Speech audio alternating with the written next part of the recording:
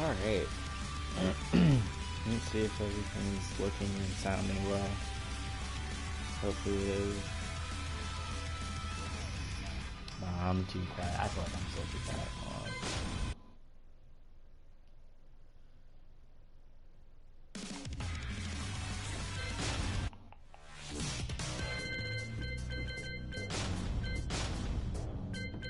Turn this bitch down a little bit. There we go.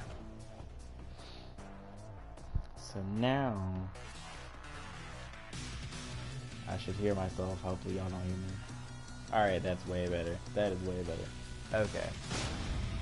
Oops, wrong button. Hello everyone.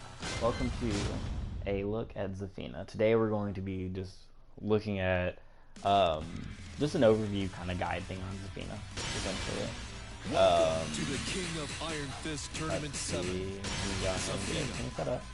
And it's going to be Zafina versus Zafina. Of course, it's the best way to do anything. And for the stage, I'm going to choose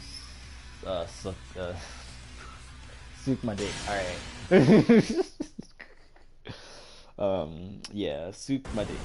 The best stage. Alright. So,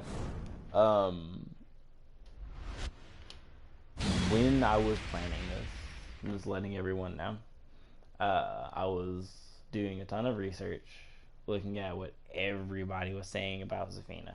Every single video that's been posted on Zafina, I've probably looked at.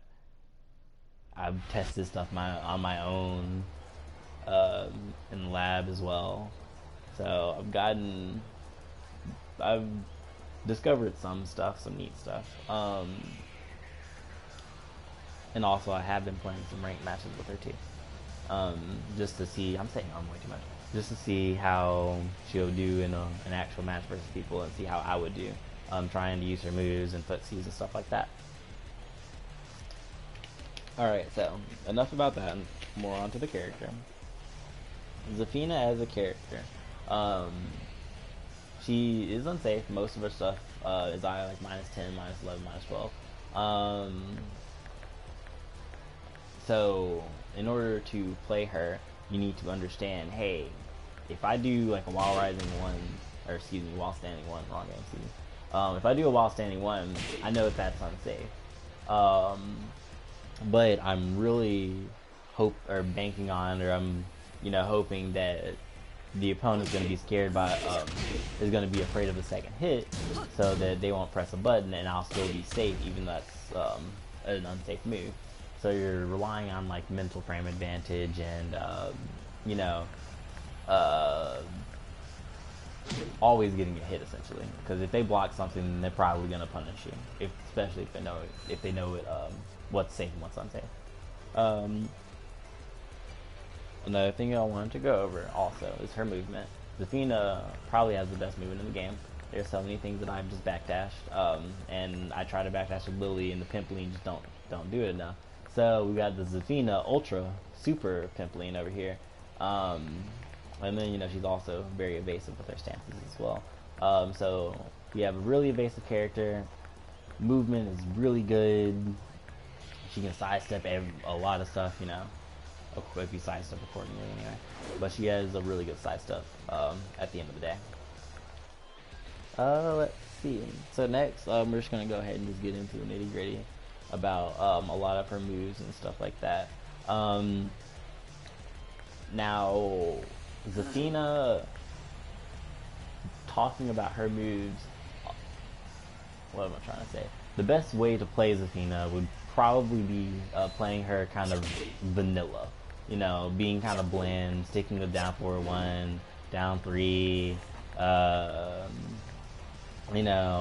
down back 3, just some quick, good pokes, stuff that you want to just throw at them real quick. You don't want to throw too much stuff out, because when you get a little trigger happy, they can just punish you. Being trigger happy with Zafina is not good. You need to be really, really safe and patient, and rely on down 4-1 and down 3.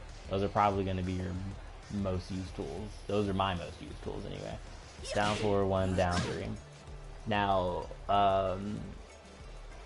in terms of lows, down 3 is, it's risky. I mean, it evades almost anything. It evades tons of highs, of course highs. It evades a few mids. The only thing about it is if you use down 3 too much, they'll start to see that animation. It's happened when I was playing against people. I would use down 3 a little bit too much, and they would pick on really quick. Like, oh hey, down 3, let me block that and punish real quick. So I like to opt for a down 4 every once in a while. That move is really awkward, but sometimes you can get a down 4 in there and they'll be kind of confused, or a down down back 3. Those are just quick low pokes. And then down back 3 is also safe when you go into Scarecrow. It's -8 on block.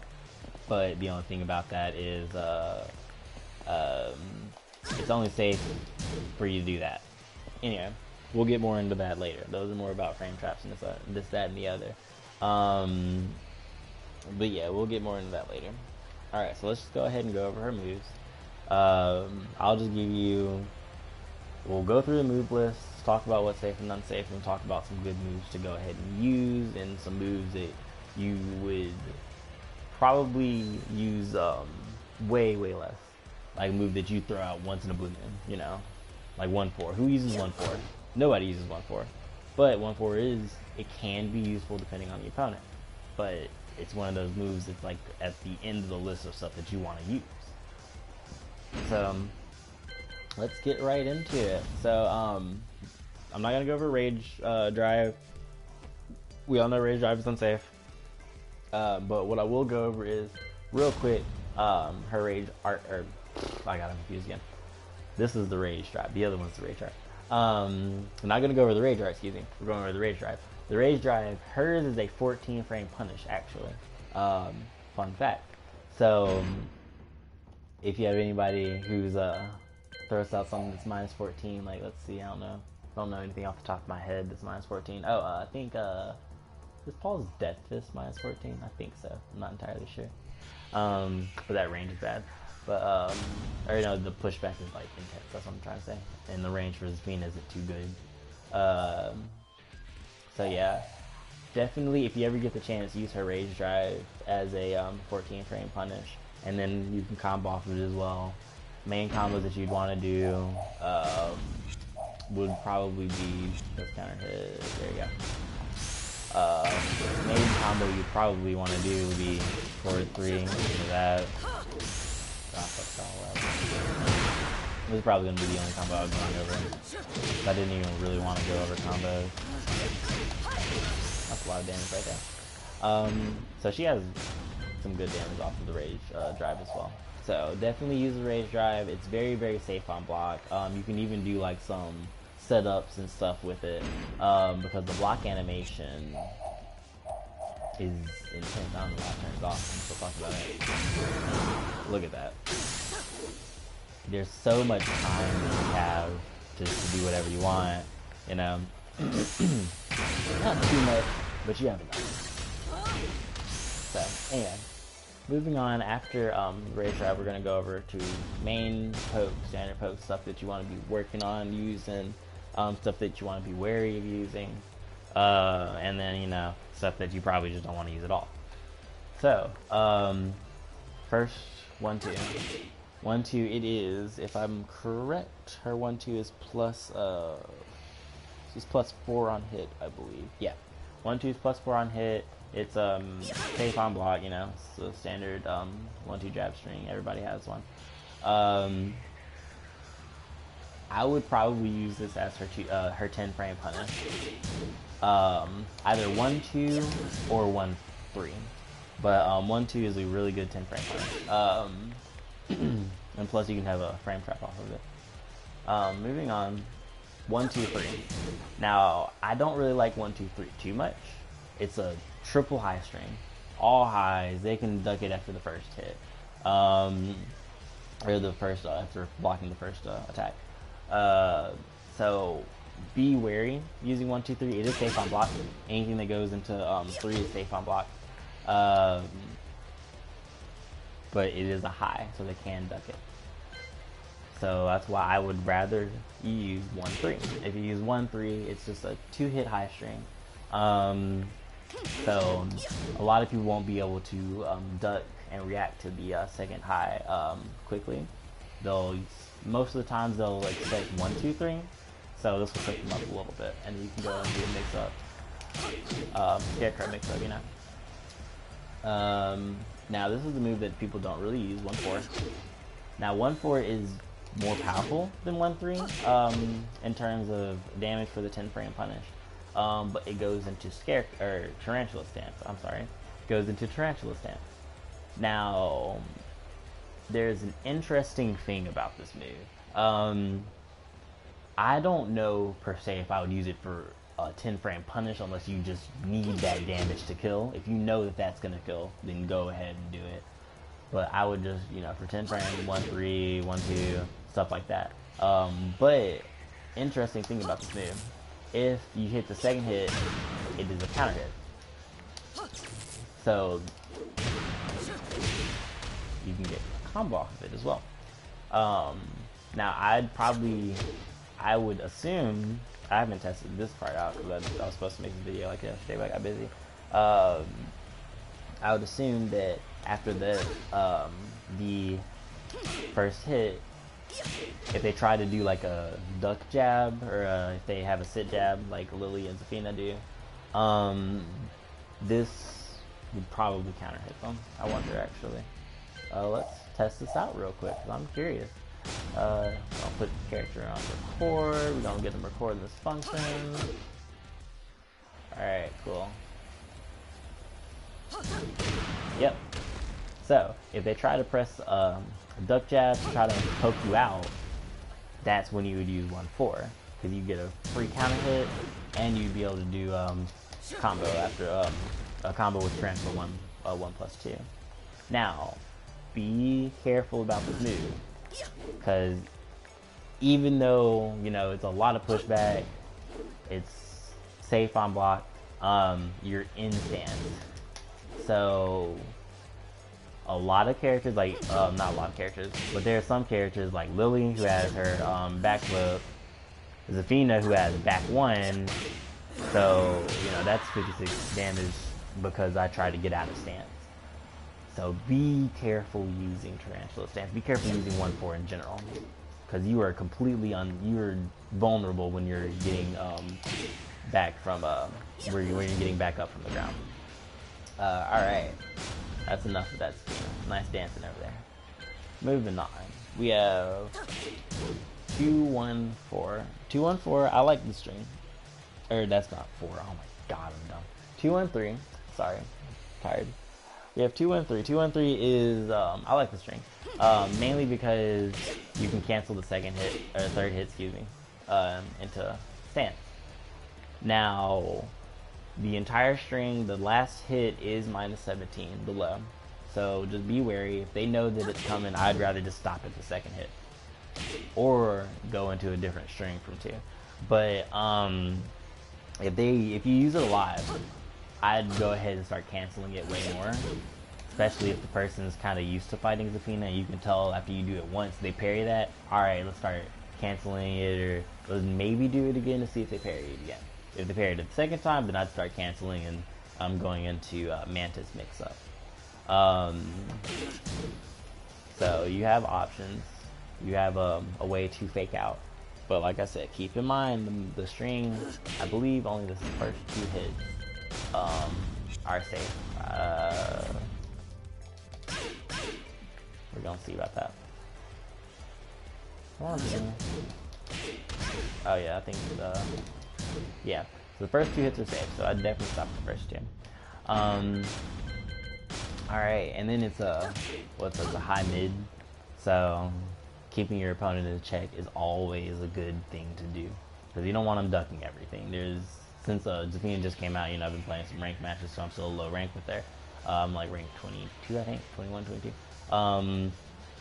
I often find myself ducking a lot because a lot of the times they'll throw out highs, and, you know, I can get easy punches. Easy, oh, you threw out like another high, you know, I'm just gonna duck under it and hit you. So, good thing that you have a high mid, a quick high mid as well. You can keep your opponent in check. Or relatively quick high mid. Yeah. Next, moving on. Now keep in mind, you know, most of these strings you can parry. Not all of them you can sidestep. I think you can. No, you can't sidestep that one. I don't think you can sidestep that one. Let's test it out real quick. So I'm actually kind of curious. I think you can. Yeah. Oh, whoops! I pressed the button. Whatever. Nah, you can't. Yeah, you can't sidestep it because it forces you into crouch. Yeah, so that's good. 2-1, you cannot sidestep it. So if they decide to try to sidestep that hit, you might be able to get a forward. I don't know if you'd be able to get a forward for it. But mental games. That's the whole mindset with Zafina. We're moving on to 2-2, 1+2. 2-2, 1+2. It's all safe. You can interrupt, I believe, the last hit. Whoops, that's 2-1. Yeah, I believe you can interrupt the last hit.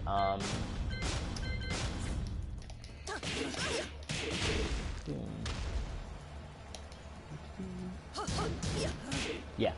So this is one thing that I remember hearing about Zafina. Oh wow, it trades with 12 frames. So as long as you throw out something faster than 12 frames, you're gonna beat that out. So this is one thing that I would hear people talking about Zafina before she was coming out, was that a lot of her strings you can interrupt. This is one of those strings. So it is entirely safe, but you can interrupt it, and I believe you can sidestep it. Yeah. Oh, the last hit caught me. Oh my gosh. Ooh, combo block that.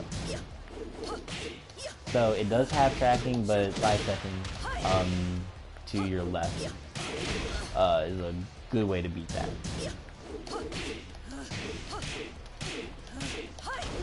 Alright. I didn't even do that. Whatever works. Alright. So, good. It is a good string. They can sidestep the last hit. So it's probably just better just to do the first two. If you see them not sidestepping, then go ahead and do the last one, because they're probably going to press a button after the first two hits. Or after they guard the first two hits anyway. So just some stuff to keep in mind. Next we have 1+2, 4-4. Now this it's an interesting string. All the hits are unsafe. This is one of those strings where she's relying on the mental frame advantage. Oh, you didn't press a button because you were afraid that you're gonna get hit. So I get to move away, I get to sidestep, I get to possibly steal a turn, you know? Press another button, press down 3 in there. Throw a down 3 in there, you know? Or a down back 3 even. So, this string, I believe it's 16 frames fast. This one I know is 16 frames. The other ones, yeah, they're all like 10 frames, yeah.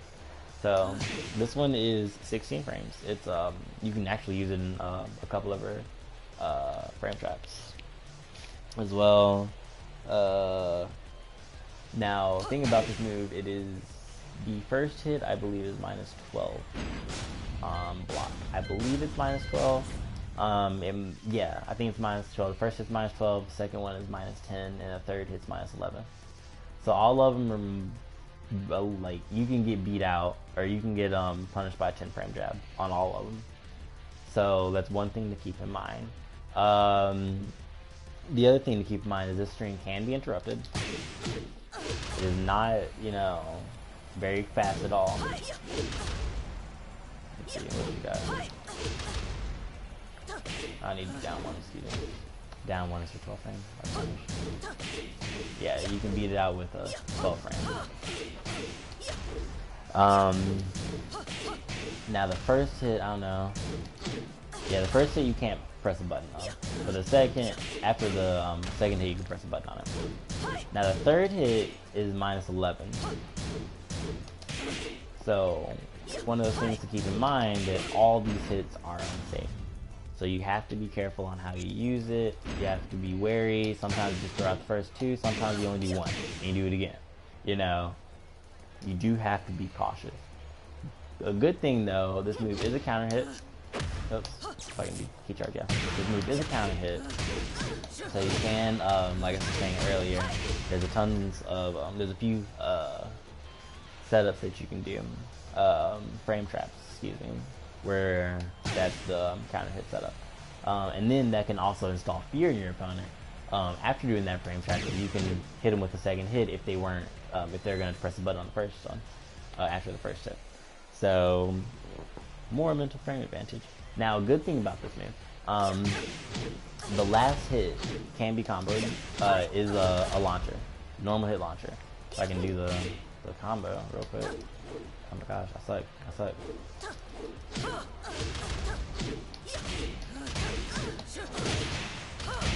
So, down by 3 is the pickup for that. So you can get a combo on the last hit. So it's nice that the last hit is only -11, but like I said before, they can also interrupt the last hit. So it's just some stuff to keep in mind. Now that little green thing you see up in the corner over there means that this move is a tailspin as well. So if you do happen to get the first hit on counter hit and you accidentally already mash it out, it's okay.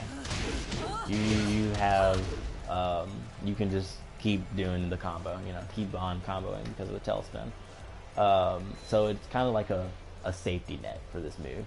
If you're never if you don't stop after the first hit. But you can actually stop after the second hit too. So you have options. You can stop after all 3. Alright. Moving on from that one, I don't think you can sidestep it. I believe a side walk left is possible for 1+2. Yeah. No, you can't sidestep it now. I'm thinking about different move. Nah. Well, you know what? Let's just test it out. Why not? Oh, it was already. I don't think you can sidestep, but we're gonna test it out. Whoops. Yeah, you can't. I don't think you can sidestep that now. Yeah. So you can't sidestep it, but like I said, anything 12 frames or faster can beat out the last hit. So, just some stuff to keep in mind. At least you can't sidestep it though. I thought you could sidestep it for a second, but I'm happy that you can. Ooh. Next we're going to go, this is a wall bounce move, actually, as well. 4, 2, 3, 4. Now, I don't really like using this string in pressure, only because the first hit is -17 on block. If the first hit wasn't that, or no, it's -18, my bad, excuse me. The first hit is -18 on block. If the first hit wasn't that unsafe, I'd probably use this string way more. But this is just an unsafe unsafe mid and a duckable high and waiting to just get blown up. The only saving grace about this move is the last hit of it, and that this move is a combo, a very, very important combo tool. The last hit is the wall bounce, and if your opponent likes to press buttons, the second hit, I believe the second hit, let me show you. Hang on, I messed up. I believe the second hit combos is the last one if you get on counter hit.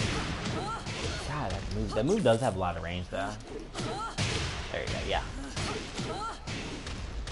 So, what are you doing? What are you just doing? I'm sorry, I have a dog. So, the last hit's a wall bounce, and if they like to press buttons, the second hit will catch them with a counter hit, and the last hit is natural. So counter hit on the second hit, last hit's natural. Like I was saying before, the second hit is duckable, and if they have a quick while standing launcher, they can launch you. I don't think Zafina has anything too quick.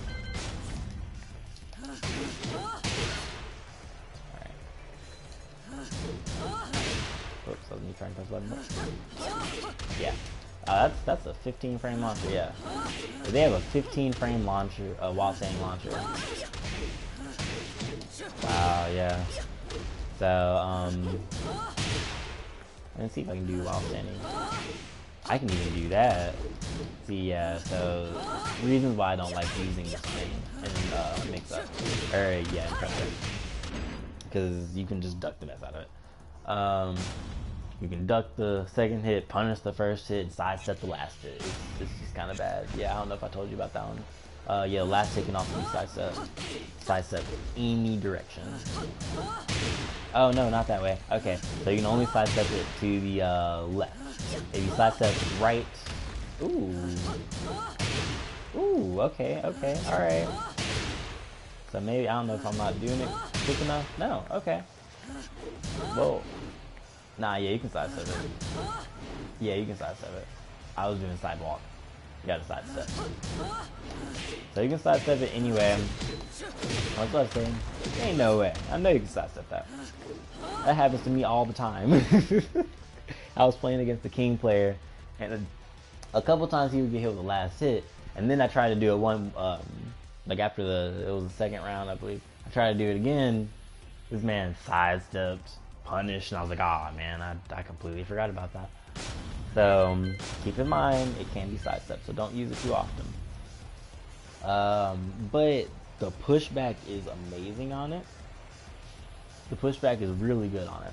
Like if you do the whole string and they're blocking in the corner, oh man, it's bad. Let me see. Let's see how crazy that pushback is. Look at that. The pushback's a lot. Pushback a lot. Now that doesn't save you from getting punished. Not all the time.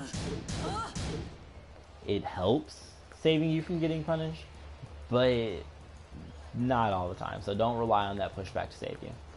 It is still very, very unsafe. It is -18, so you can get blown up for it. All right. So let's see what's next on the agenda. Forward 3.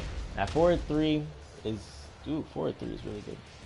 I don't remember how safe forward 3 is. I only wrote down how like all the unsafe stuff. I believe forward 3 is like +1. Yeah, like plus or minus. It's like +1, ±0. So it's like I think it's not.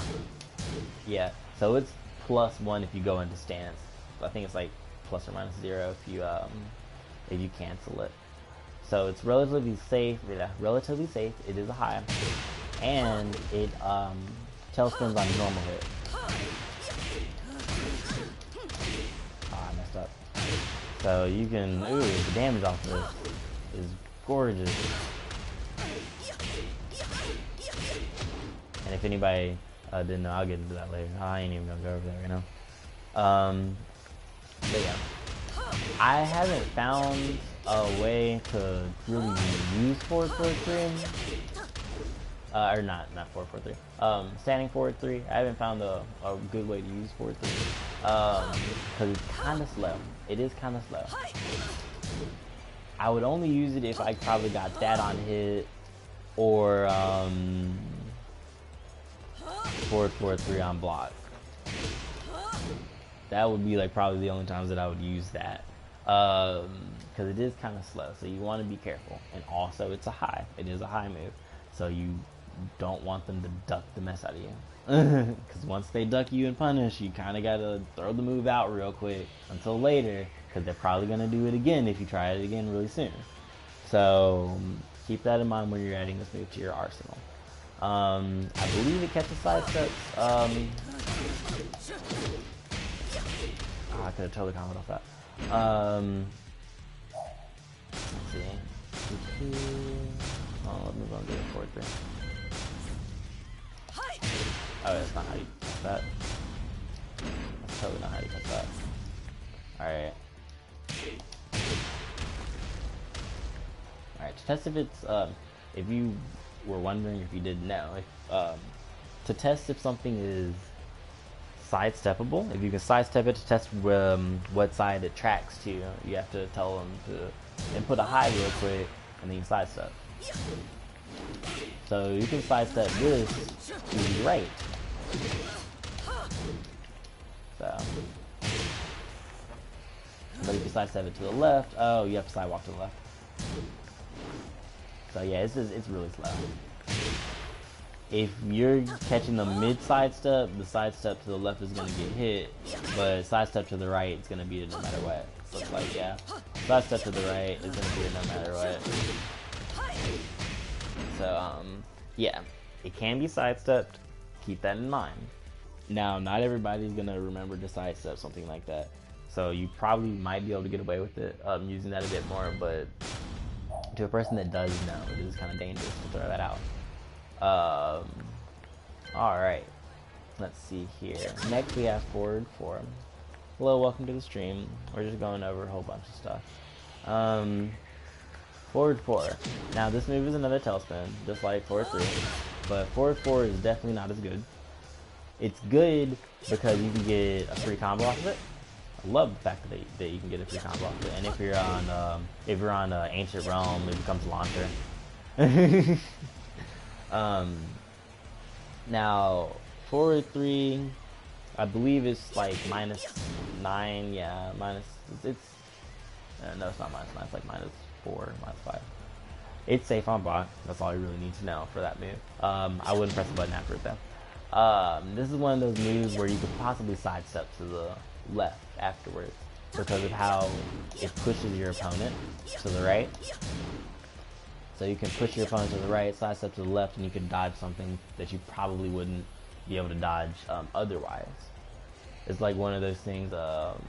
Who else does this that I was playing?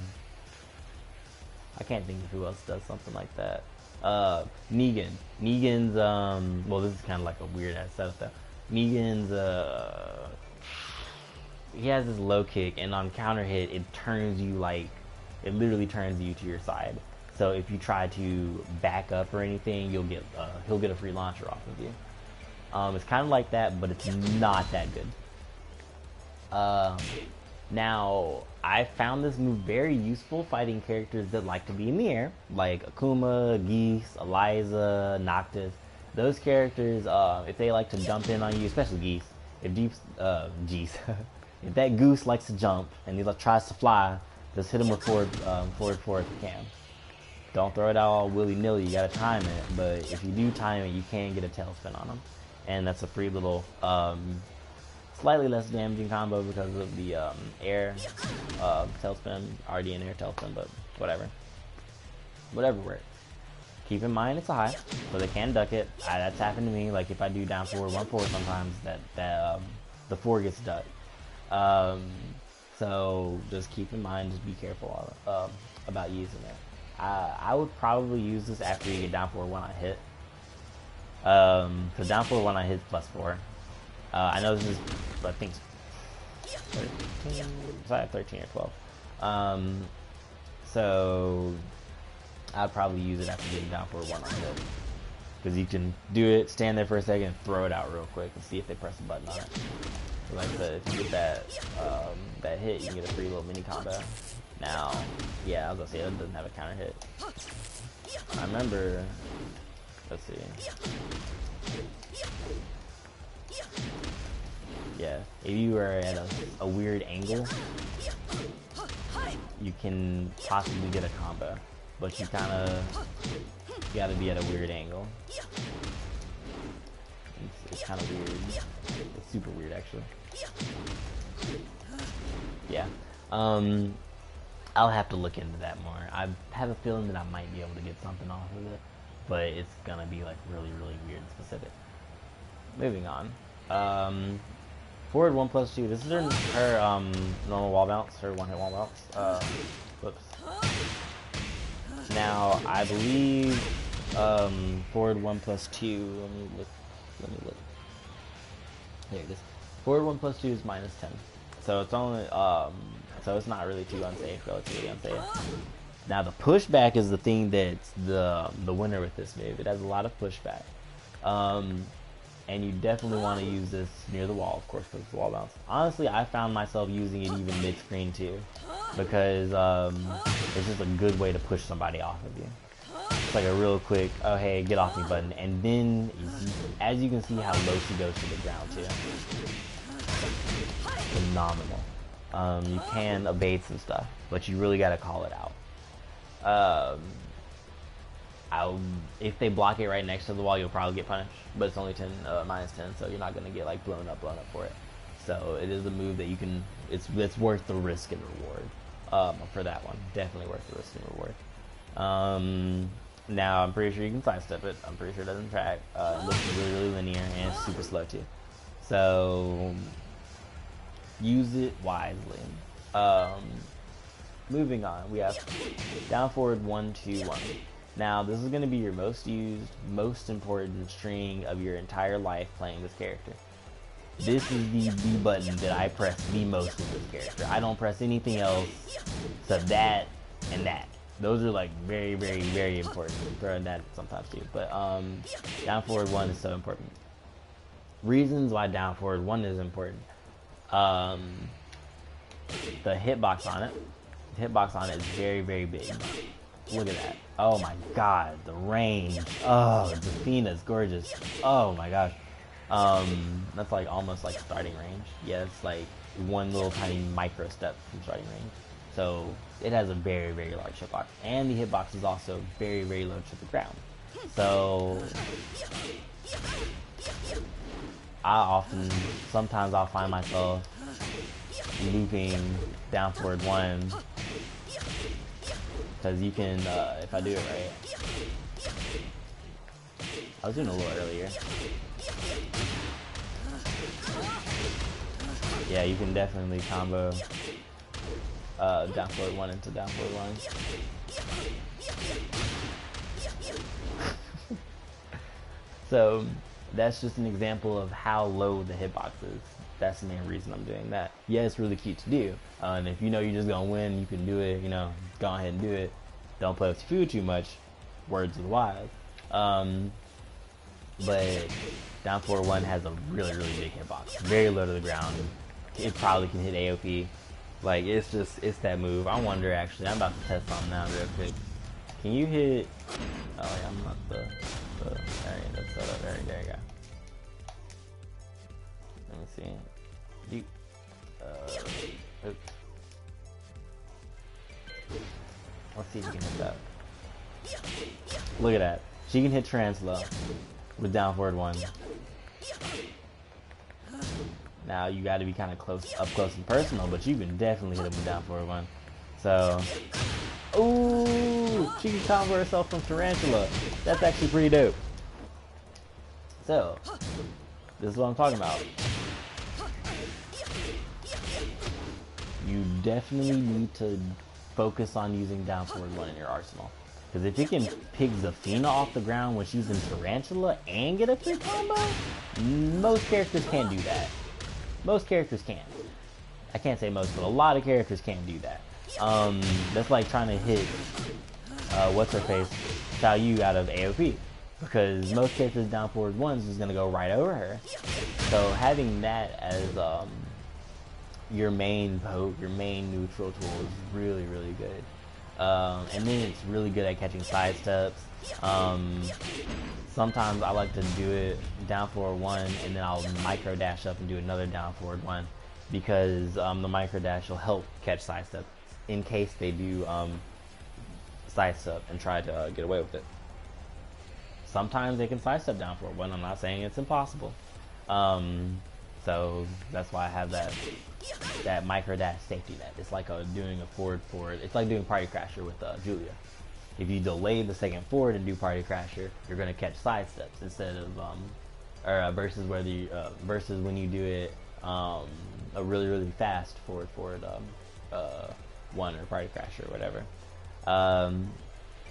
But that's kind of, you got to know your opponent, know what they're about to do in order to do kind of stuff like that. Down forward 1 2, down forward 1 2. Now this, I like the string. It's a good, it's got good damage. It's more damage than no, it's less damage than that. It's got good damage. I didn't know. I did not know that was more damage. That's my main 13 frame punch. I usually use that in 13 frame anyway. But this string at the wall though, this is her pickup from the wall. If you're like falling down, your butt's on the ground, you're about to hit that ground, you're like, okay, I'm safe from the wall combo, think again. Zafina will pick you back up and launch you straight through that bitch. So down forward 1, 2, 1 is a good string. Now it is unsafe, of course. Down forward 1, 2, I believe is minus. It's pretty unsafe. Is it? No. Down forward 1, 2 is. Yeah, it's unsafe. That's what I thought. I thought so. Okay, I'm looking at the wrong section. Sorry. Down forward 1, 2 is minus 13. So it is unsafe. But you have, like we've been discussing, that mental frame advantage. Once you train your opponent, you can throw that and get the second hit on block and not be afraid of getting punished or blown up for it. Because they'll be so afraid of that third hit, you know, they don't want to press a button again. Like, if you're at the wall, ooh, the wall's scary with that. I was fighting this Paul player. I did it once to him when he was at the wall, and he was just afraid of the string. He would not press a button. Like that, you know, things like that. Once you get that third hit, especially if it's on counter hit too, because the third hit does have a counter hit state. So the third hit is very deadly. Not too deadly, but it is kind of a scary thing to get hit by. No one wants to take that random 40 damage, you know. It was like a random grab almost. So yeah, it's stuff to keep in mind. Now, combos for that last hit, real quick.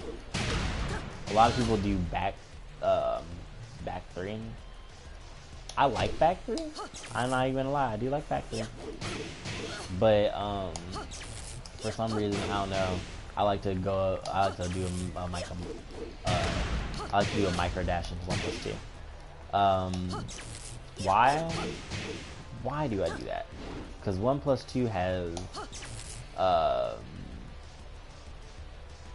believe it has a faster recovery. No, it doesn't. I do that because of second hit. That's what I'm trying to say. Because the second and third hit. There have been times where I would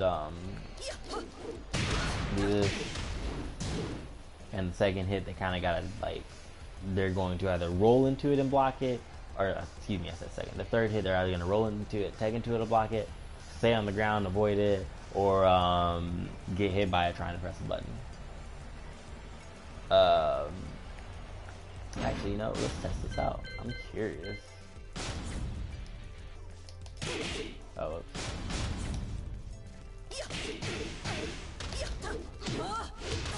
Let's see if that works.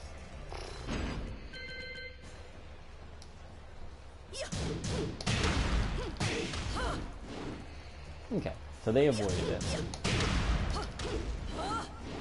And I'm probably not doing it on time as well. I'll have to look more into that later. But for combo purposes anyway, 1+2 works, back 3 works after the last hit on counter hit. I like 1+2 because you get some extra hits afterwards, and you have the possibility of catching somebody off guard. But if you just want to go for raw damage, just do back 3. So the possibilities, they're not necessarily endless, but you have some options. Down forward 1-4, that was that string I was talking about. It does more damage than down forward 1-2-1, or down forward 1-2 as the 13 frame punish. This move, I do like to use it. I use it a lot. That's my main, like, poke. I'll do that and then I'll do that real quick because it's safe on block. If they try to press a button, they'll get hit with the tailspin. I'm pretty sure it doesn't, like, yeah, no, it doesn't, like, launch them on counter hit, but it is plus 12 on hit. So you've got 12 frames. Well, you don't really necessarily have 12 frames. You got some, a few plus frames to play around with to see what you can do with the mix up. I usually like to go into down 3. I don't like to do down forward 1 too much because that has the possibility of whipping. It'll whip sometimes on me. So I'd rather do down 2. There we go. Now down 2 only because it has some extra extensions to it. You can go into mix up from there. But if I don't do that, then I'll run them down 4-1. Because they will run away, and that does happen. Sometimes they'll run away, and then they'll backdash my down 4-1 whiff if I don't micro dash and do it, and then they'll get a whiff punish off of me. So you know, so it's one of those things I gotta be careful of. Choose your move wisely. Choose what you're gonna do. You know, so you can do forward if you really want to. Afterwards, or forward again. Look at that, it's range. Yeah. So you got options. You can lock them down real quick. See if they're gonna mess up. You know, force them to mess up maybe even. Anything else about the string? I don't really think so. This is the start to her 10-hit combo. Also, fun fact. There's one weird thing about this. Since it's the start of her 10-hit combo, you do have an extension to it. You can extend this like to 10 hits. Sometimes, this is very, very rare, but I will do the third extension. Only because it does have the option to hit them, catch them off guard, and they'll get like a slap to the face real quick. They'll be confused. Because most people don't look at the 10-hit combos. Most people are like, oh, 10-hit combos, whatever, 10-hit combos, whatever. But it's always good to look at the first 4 to 5 moves. See if you can use any of those first 4 to 5 moves. I'm only using the first 3 because that third hit, oftentimes I will catch somebody off guard and just do like a little quick hit because it doesn't have any special properties or anything like that. It's just a little quick hit. Yeah, for 12 damage. So it's not really, it's not much at all. But it throws your opponent off because most people, like I said, don't look at the 10 hit combos. They'll think, oh, this is only 2 hits, and they'll get hit by a third one, and they'll be like, what? So, things to keep in mind though. The last 2 hits are duckable. Duckable. So, they can duck it, and you can get blown up if you use down forward 1-4 too much. So use down forward 1-2 as your mid option to keep them in check, and then you have the third hit for down forward 1-2-1 to scare your opponent to not pressing the button on down forward 1-2. Options, always good to have options. Next is our 16 frame launcher. Woo, 16 frame launcher. It has some really good range. It has some good range on it. I'm expecting you guys to know like 1 or 2 combos. So you can do whatever you want. Obviously, it's just our 15 frame or 16 frame launcher. So combo move. There you go. Now this move, odd thing about it, how unsafe is it? I believe it's like -13. No, it's -12. This is -12 on block. That is wow. It's like how Lily's is -11 on block. So you can, if they think they can launch you, because there's been times where I was fighting Zafina, I thought I could launch her after that. I was like, oh whoops, that's -12, my bad. You know, so you can throw it out there without without risking too much. It's one of those rare down forward ones that you can, and it is unsafe, but the risk versus reward factor is in your favor of reward instead of the risk. So now you can sidestep this. It's not too linear, but you can sidestep it, so keep that in mind. Now this is her 14 frame punish. I think this is the best 14 frame punish she has. Both hits are natural, you get a mini combo, and if the opponent doesn't like to tech too much, you can also do 1+2 to get an extra hit on the ground, possibly break it, depending on the stage, scenario, stuff like that. So, stuff to keep in mind. Now, the thing about this string, it's 14 frames, fast. First hit goes into Scarecrow Stance. Down forward 3 is Scarecrow Stance. Goes into Scarecrow, so you can go into mix-up. the second hit of the string is a high. So they can duck the second hit. So it's good that you can go into Scarecrow real quick and then do a standing 2, or Scarecrow 2, excuse me, for a frame trap. So, I like down forward 3-4. I use this move a lot, especially if the opponent's trying to stay out of my range. Because Zafina, her range ain't the best. Like, look at that. Her range ain't the best. But you can mess somebody up forward 4 and down forward 3-4. So, just some stuff to keep in mind. Now, another thing to think about, it's a tailspin. Whoops. Come on, if I can do it. I mean, you see the thing. That's a difficult combo to do. Whatever. So it is a tailspin, and the second hit is a counter hit. It's like a stagger launcher. So, ooh, you can do up forward 1 off that. Ooh, nice. So, it's a stagger. It does have a counter hit launch, and it is safe on block, so it's a safe counter hit launcher. The second hit, though, I wouldn't fish for that. I mean, if you can really train your opponent to try to press a button after down forward 3, totally fish for it. But I wouldn't fish for it. I don't think. Nah, I wouldn't fish for it.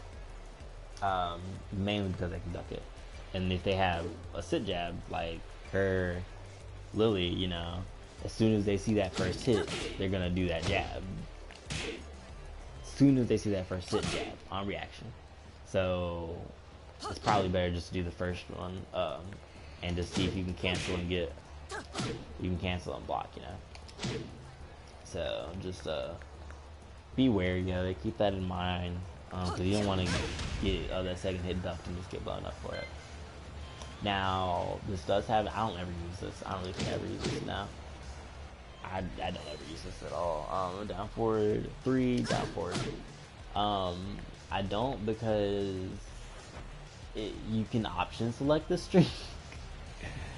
You can literally just duck for both of the mix-up options. The only one that I don't see, you could probably even duck the Scarecrow mix-up, because if I do down forward 3 and they block it, sometimes I'll throw out a high real quick to catch them, because they'll usually do like something that's like 13 frames, and that'll catch them real quick, and then I can go from that into 1+2 for some plus frames.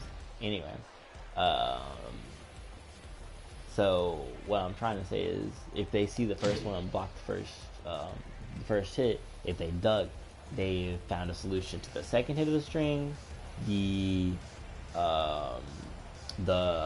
other extension of the string, the down extension of the string, and Scarecrow 1. So that's 3 options entirely gone just for the ducking. So I don't really think that move is too useful. It doesn't even have like a special counter hit. The only thing that it would be useful for is going into crouch. You can go into crouch and then get full crouch. Full crouch down 4-3.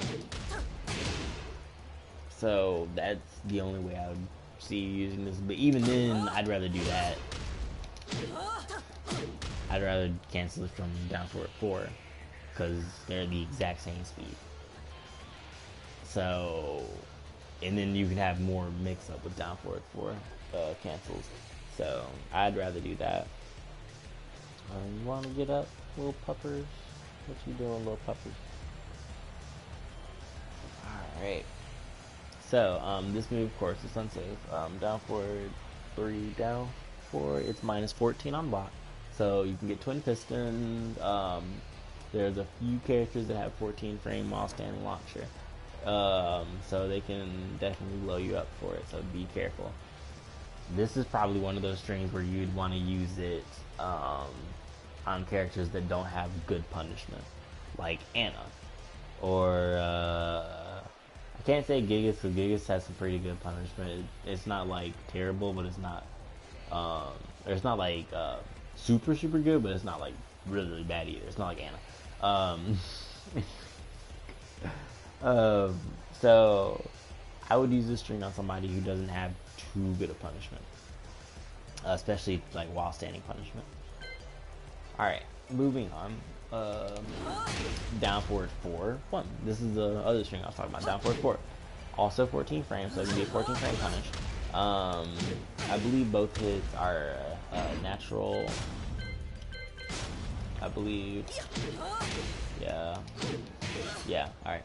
Both hits are natural. I'm like, look at the top. What are you doing? Don't be looking stuff before. Plus we got food downstairs. Dang. So yeah. Now this it's 14 frames fast. It does a good amount of damage, but it's 14. First hit does 14. Down does 15. So down does more. 32. That's 36. Okay. So it just depends on which move you want to use. Well, like I said, I'd rather use this one because this one has easier crouch mix up. If I can do it, there you go. And then the second hit is actually cool. Yeah, the second is 22. That's a big chunk of damage.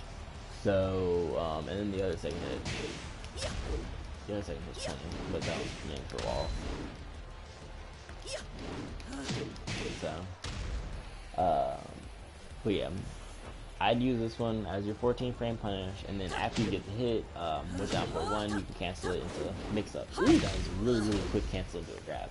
So some just, you know, stuff to think about, stuff to keep in mind. Now, sometimes you could also just do the first hit by itself, to see what your opponent's gonna do. Now, this hit, the first hit is unsafe, I believe. Let me see. Down 4-4, it's minus 13. Every single hit in this is minus 13.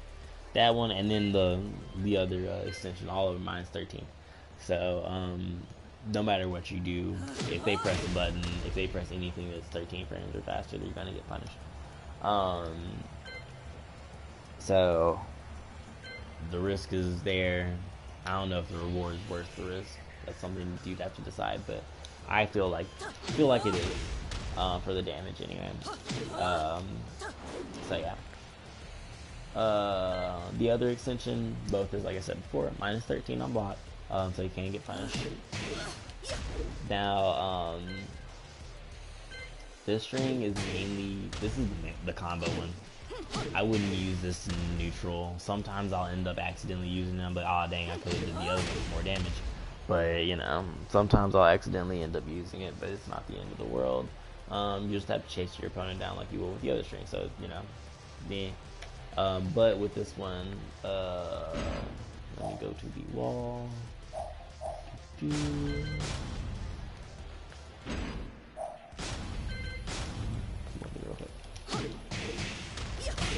Now, this string, I would use it closer to the wall. Because of the wall advantage you can have with it, you can get damage, and that one, the other one spikes him down to the ground. So, I would definitely use this one near the wall for a possible wall damage. You gotta know the combo though. I think just down forward one's probably the best. Awesome. Oh, and what is it? They're both wall splat, but if you're like out here, that one. That's the one you want to use. Alright, moving on. This right here. This is probably my favorite move. One of my favorite moves anyway, that Zafina has. Reasons why I love this move so much is because the immense high crush like capabilities on this move are insane. Literally, they'll do something, like I'll block something, and as soon as I'm done blocking, I'll throw this out, they'll try to throw a high or something at me, goes right under it. It is very, very scary. Let's see if I can even demonstrate it. Let's see. Oh, no, I'll throw a high. Let's see.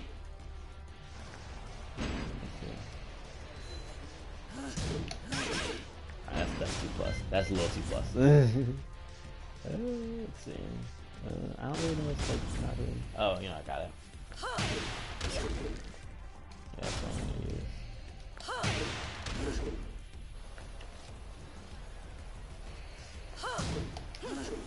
Look at that. It's plus that move. The forward is +1. So anything that's +1, that goes right under. That's gorgeous. So this is a really good move. This is a really good move. Definitely use this as much as you can, because it's a normal, like on a normal hit, it staggers. It gets the double overstun. So it's definitely something that you want to just throw out there, and plus it catches sidestep too. That's awesome. Yeah, a move that has a stun like that and catches sidesteps, that's a good move. So it's your normal hit launcher, stagger launcher, double overstun, whatever. And evade ties, it's like the first 2-3 frames. So that's an important move. Now the only thing, no, this move is safe on block. Yeah, this move is safe on block, I believe. Yep. There ain't nothing you can do about this one. If they block it, or no, yeah, if they block it, they can't punish you. There's nothing you can do. I will even prove that to you right now. That's wrong move. If you are unsure.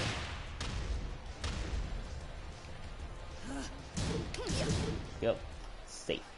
So this is just a great move to throw out. There aren't really too many consequences for throwing it out. So definitely use it. Definitely use it.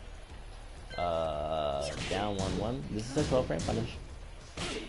Now that first move, down 1 is out for literally forever. It's -16 on block. Jesus Christ, it's -16. So this is something that this is one of those major mental frame advantage moves. Not a lot of people like using this move because it's just that unsafe, and the reward is just a counter hit launcher that doesn't even do too much damage. So I don't know what I was trying to do anyway. Yeah. So the risk versus reward is eh. Now, a plus about this, like I said, it's your 12 frame punch. So you can get that on hit. And if they like to press buttons, the second hit is your counter hit launcher. Now the second hit is -12, so the second hit's safer.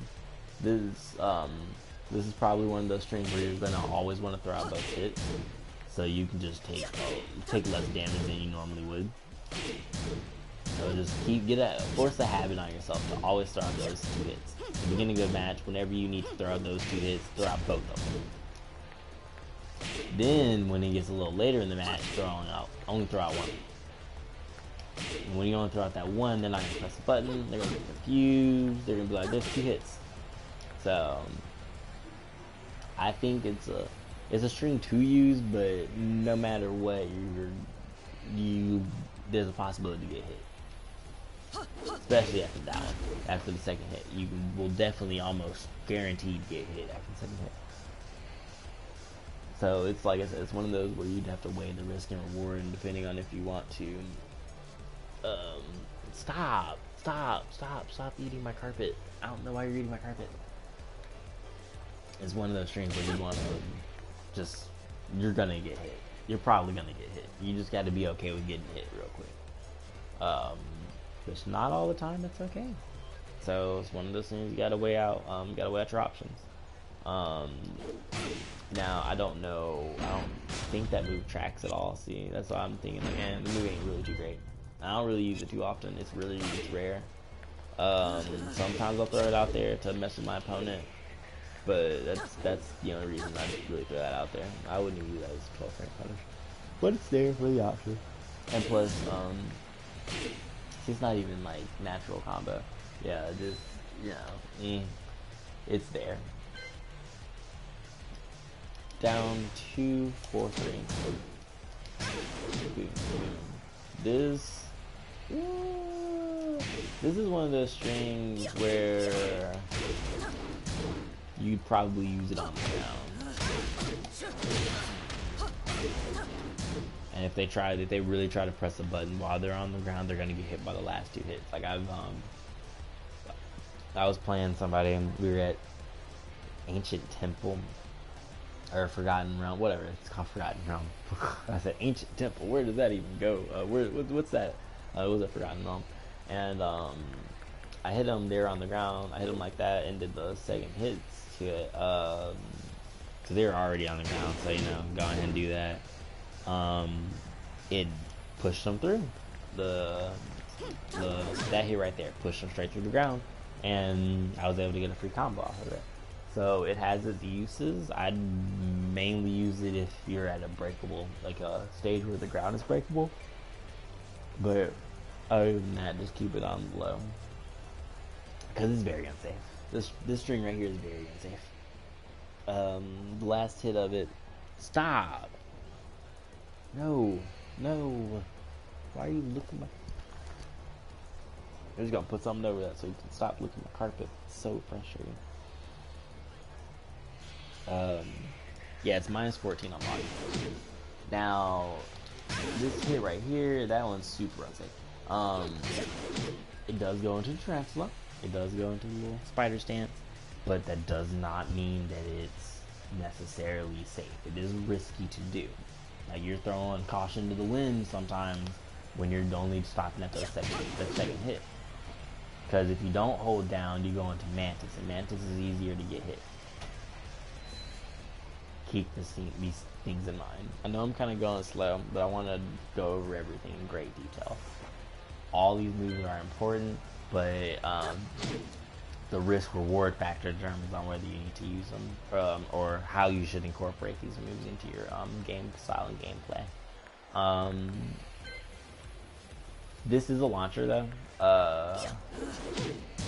If you get that second hit on counter hit, it's a launcher. I don't know if the risk versus reward is worth that, because it's all just mids. All you gotta do is stand block and you block it. So you really gotta either train your opponent or just use that in like very, very certain situations. Let's see. Next is down 3. This is like down forward 1. It's another very, very important move that you need to use and utilize in your arsenal. Down 3 cancels into Mantis Stance, so you can avoid highs after it. I wouldn't try to avoid any mids, because you can't you can't really avoid mids unless you're a Tarantula. So you can definitely avoid highs with it. Another thing about this string, it also does set up for some frame traps. So you got frame traps off of it as well on hit. So for people that like to press buttons, you have tons of options to stop that and get free damage off of them, get counter hits off of them. Keep in mind though, this move I believe it tracks, but you can still sidestep it. You can definitely still sidestep it. I think you got to sidestep it to if I was on well, I can't remember. I'm trying to think if I was on what side, but let me see.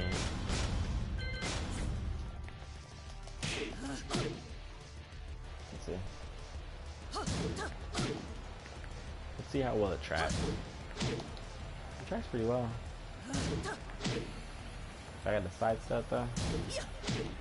Yeah, okay. So that move tracks pretty well. Yeah, okay. So I don't think you can sidestep it, but you can definitely. Oh wait. You can sidestep block. Remember, the move is slow, so you can sidestep and block.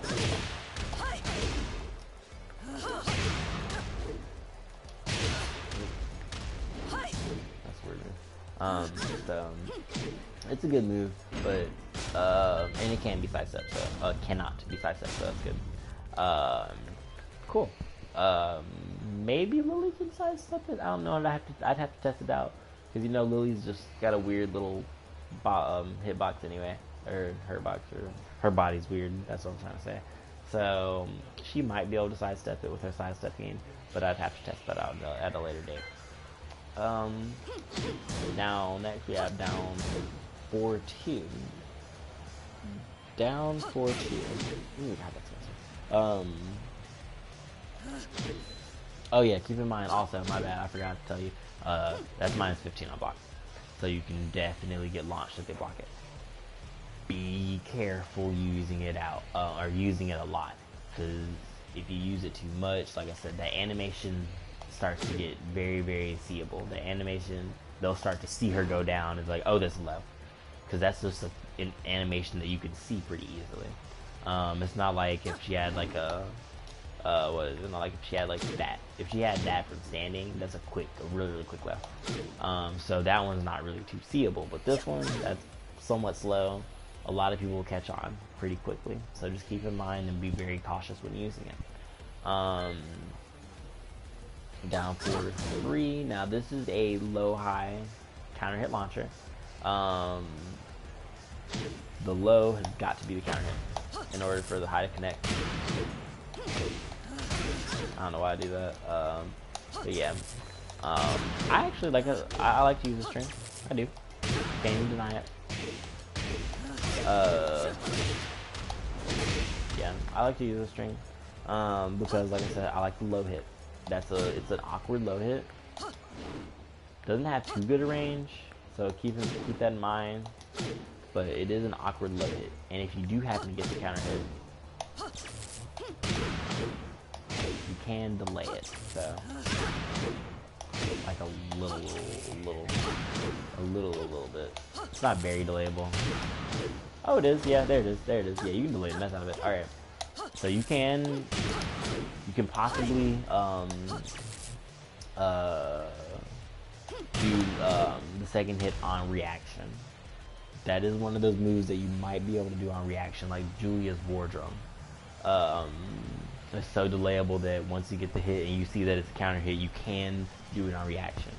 So it's one of those things to keep in mind.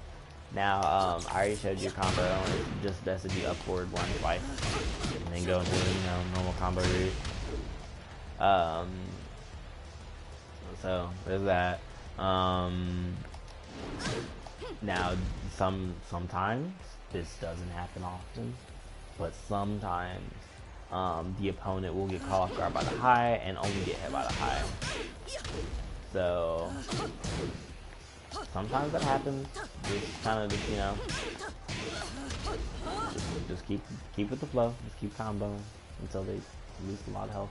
So be prepared for that. Now, the second hit is duckable, so there are times where they will duck the second hit after getting hit by the first hit. It is not a natural combo, so they can definitely duck after getting hit by the first hit. So that's why I like to just throw out the first one. Throw out the first hit real quick, block. Because you don't know what they're going to do.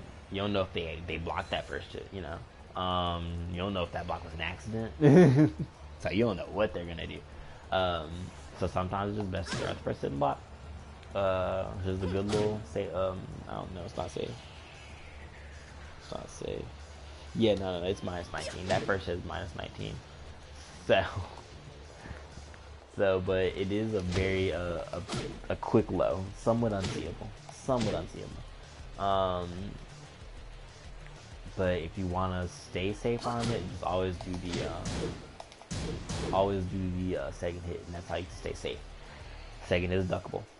So it's risky. It is risky. This is a very risky move, but all determines on how you want to weigh that launcher. Like how much is that launcher worth it? So weigh your options. Down back 2. This is a great move. I like it. It evades highs. It's great for the corner. Like if the wall is to the foreground, right here, this thing will keep them near the wall. So I like using it whenever I'm near the wall and I can push them back to the wall with that move, because people are quick to sidestep out. People are quick to try to get their backs from in front of that wall.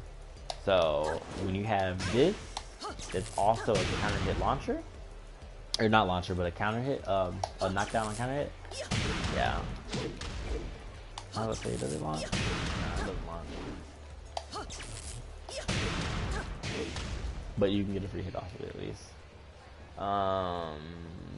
So yeah, what was that? Down back 2 is, I believe it's like, it's safe on block, I'm pretty sure. We're gonna test that real quick. I believe it's like 17 frames fast. It's a slow one. It's a slow move. Yeah. Yeah, so it is safe on block. It's slow, but it's safe on block at least. So it's a good move to just throw out. And then you can evade highs with the 2 because it's her it's a second hit to her down for 1 string, and then you can evade highs with it because of how low she is and how like awkward she looks.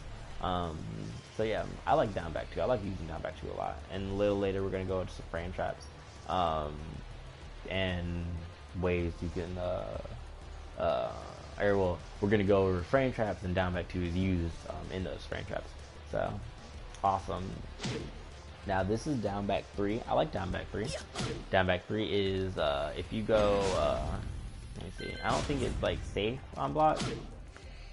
Let's see. I think it's like minus like, I don't know, minus something. Yeah. If you don't go into stance, it's not safe. If you go into stance, it's safe.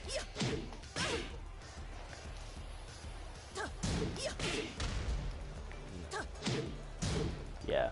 The only thing about that though is, yes, it's safe, but you're in stance. So it's like one of those weird little. It's like this is really weird. It's just I don't really know. Like the move is good, but you remember you go into Scarecrow, so you got to be careful. Yeah, you got to be real careful.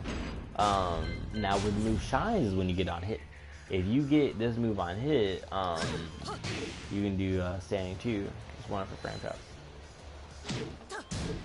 I believe it is anyway. No, it's not. It's not. Okay, that one isn't.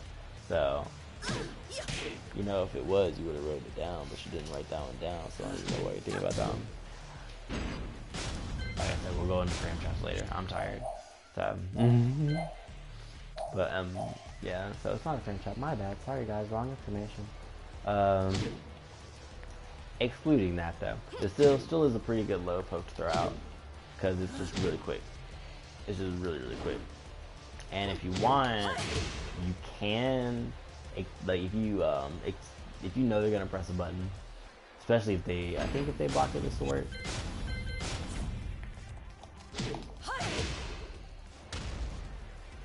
So, yep.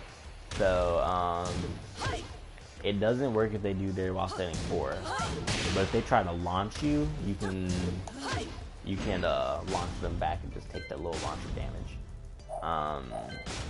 So yeah, you have setups and stuff. Setups into her Scarecrow 4, which is an armored launcher, which is kind of weird having an armored launcher. It's like Negan, but I don't know. I don't really like armored launchers, but whatever. We're just gonna work with it. It's good. It's not like a bad move or anything. I'm just nitpicking. Alright, well that's enough about down back 3. Let's see, down back 4-2. Now this is a counter hit launcher.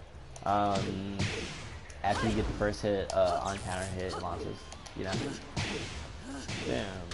Only one works, okay. This is, I love the low. I love this low. That low is great. The low goes into Mantis Stance. Like you can just cancel it, or you don't have to go into Mantis. Like I like this low. This low is really nice. And it's pretty quick too. Don't do it too much because they can see it coming. It is pretty seeable, but you know, it is a good low just to throw out there real quick. See if your opponent's paying attention. See if their shoes are untied real quick. And if you happen to get a counter hit, you know, you have a second attention. So I don't know why I keep trying to do that. I'm like thinking like I'm playing Lily or something. Now this move is unsafe. Down back 4 is minus 13 on block, and when you go into Mantis Stance, it's minus 14. So this is one of those weird instances where I'd only go into stance if the low hit. If the low did not hit, I would not go into stance. Because if you do, if you're fighting Kazuya, twin piston real quick, 14 frame launcher. Anybody's got a 14 frame while standing launcher, that's one of those moves that you get blown up by if you go into Mantis Stance. If you're not in Mantis Stance, they can't do that much to you. They can hit you with something that's either a while standing 4, or in some cases, some people have like a while standing 1 that's 13 frames, like Lily does. So some stuff to keep in mind. Just be careful when you're using that level. Now the second hit, I believe is no, it's minus 13. So the second hit's minus 13 as well. Both hits are minus 13. This is that thing I was talking about when everything's just unsafe. So like I said, I wouldn't throw out the second hit unless you know they're gonna press a button. I would not throw out the second hit unless you get that counter hit. Those are like just some stuff to keep in mind about that second hit. The second hit's good, or it's alright. It has a good hitbox and stuff. A very nice high launcher. Or mid launcher that throws them up really far in the air. So it's not a bad thing, not a bad extension. Just be wary when using it. You know, everything with Zafina you really got to be cautious about, because depending on who you're fighting, they can blow you up really quickly and very easily. Because everything's unsafe. Every move that you do, just about, except a down forward 1, up forward 1. Look, everything you do just about is going to be unsafe. So you got to keep that stuff in the back of your head, saying, oh, well, if I throw this out, I'm going to be unsafe. And if I throw this out, I'm going to be safe. You know? So weigh your options. Is the damage worth the unsafeness? You know? Also, I believe it's catches side steps as well. She swings her whole leg around. It better catch some side steps. It might be able to sidestep it. But it probably tracks a little like her down 3 does. Probably tracks kind of like that. Now I'm gonna keep moving on. I showed you how to test if it sidesteps or not. Some things that if I'm curious about, I'll go ahead and test them out. Other things like that, I'm not gonna test that out because you're not really using that for the sidestep catching capability. You're using that for the counter hit launching capability. So I mean, you can use catch sidesteps. If you're in the corner, it's also a good thing to throw out in the corner real quick. Throw that out, down forward 1, down forward 1. You know, throw it out again real quick, down forward 1. Get the whole string in there. Throw it out real quick. You know, something to just throw out. And it's a different load than that and that, you know, and that. So it's a 4th low you can add to your arsenal from just standing. So the more lows, the better, in my opinion. Like this one, another low you can add to your arsenal. This is really slow. Now it catches people off guard. Down by 1+2. It's super slow, catches people off guard though. And it does have the potential to evade highs. So stuff to keep in mind. Ooh, I hate when that happens.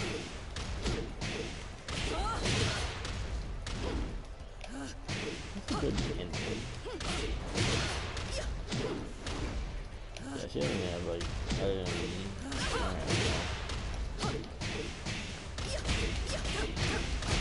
yeah, there we go, that was a combo. So you can get good damage off of it. It's good, good low. And then the second hit staggers on normal hit. You get, or not staggers, but you get a stun. Excuse me, that's what I'm trying to say. Second hit stuns on normal hit. That's good. She has a couple, like she has 2 normal hits. Like launchers, that one, and second hit. Yeah, so that's a really good thing to throw out. The second hit though, but it's very specific on how you'd have to do that because the first hit's super slow. It's a low, it's one of those, like, you really gotta train your opponent, or you have to whip the low entirely and then go into the mid, or do some type of setup that goes into the mid, because of how just dangerous it, you know, that low is. And then even if you do the low into the mid, they can still hit you out of. They can interrupt you. That's what I'm trying to say. That is very, very interruptible. Stuff to keep in mind, you know. They can parry the low, duck or block it. And what is it? Down back 1+2. It's minus 16 on block. So I believe the second hit will catch stuff that's like 14 frames and slower. Pretty sure 13 frames. Peace out.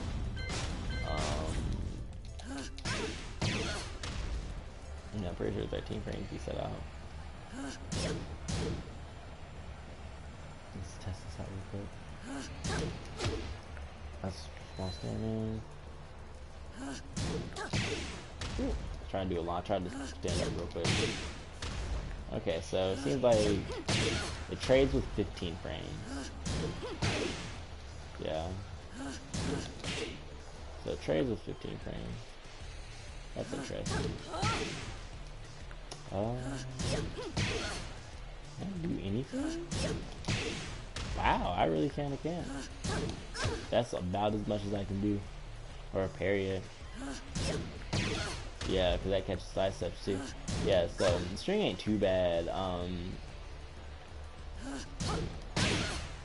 It trades with 15 frames. So if somebody has like a 13 frame or 12 frame, it'll probably beat them. It'll probably beat you out. So it's like I said, you know, like I was saying earlier, I'm pretty sure you can interrupt that string, and you can.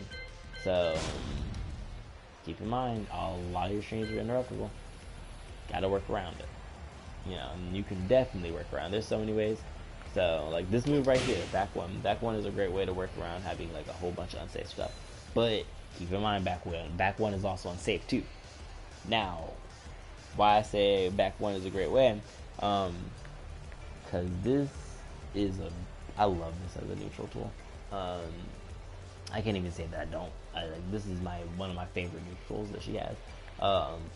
Mainly because if you get the extension on normal hit, it's 56 damage, cut dry. You know, they can't do anything about that if they get hit with this.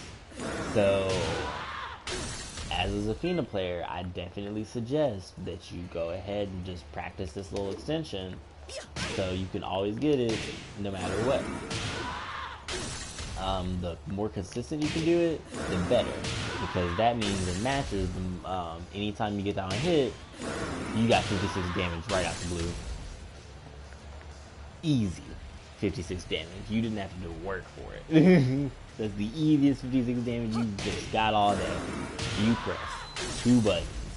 So that's the great thing to throw out there. But it is unsafe. It's minus, I think I already said, yeah, it's minus 14. So depending on the character, some people can launch you, some people can get like a quick little hit. It is unsafe. But in my eyes, the risk versus reward, the reward's a bit greater. You get a side switch, you get 56 damage, and then it resets back to neutral. Which I'm fine with resetting back to neutral, especially after that, because that'll bump me up. If we're close neck and neck with the life, that'll bump me up so much. And I'm all the way over here, they're all the way over there. They have to come to me. So you've got some advantage on that. You got some mental advantage on that, mental frame advantage. I say mental frame advantage because they're all the way over there, you're all the way over here. If you have the life lead only though, you have to make them work to get to you, and you can. She has a pretty good keep out game. She does have a pretty good keep out game. So things to keep in mind. Back 2, I don't really use back 2 too often. I don't know why I would like that. Yeah, back 2 is pretty cool. Yeah. Back 2 catches side steps. It's just a high, and I believe it's like minus It's like -2 or 3. It's not too unsafe. Or it's not unsafe at all. It's really safe. It's definitely safe, but you don't really get too much like advantage from it. I don't really like it. It's too slow. It's really slow. It's a very, very slow side step catching move. Now I think it's cool because it's a counter hit launcher. It's a super slow counter hit launcher, but man, it launches them far. So you gotta work for that damage, but it is there. I probably should use this one, only because the range on it is not too. The range on it ain't too bad. I probably should use this one. Yeah, well, I'm gonna think about using that a little more. Catches side steps, counter hit launcher, and it's safe on block. You know, the safer, the better. And plus, the more utility you can get out of the move too, the way much more better. Alright, this move right here, if anybody's wondering, yeah, see, if it was safe, I didn't really write too much on it, because it's safe, you know. One of those things, hey, this is a safe move, use this. Don't use it too often, it is a high. So, just some stuff to keep in mind. Dude, man. I think we'll really get that. Maybe? You might be able to get a combo off of it. I don't know. So, I'm not sure. Ah, what? Okay.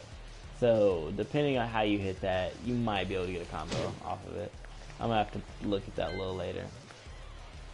Alright. Next, moving on, we have back 3. Back 3 is her safe power crush. Yay, she has a safe one, or whatever that thing is called.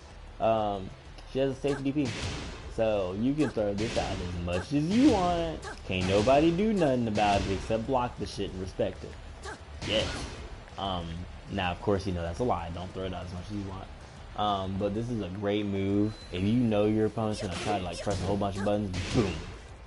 Use that out. Eat whatever they're pressing and just hit them down real quick. And then you can go into Mantis for mix-up too.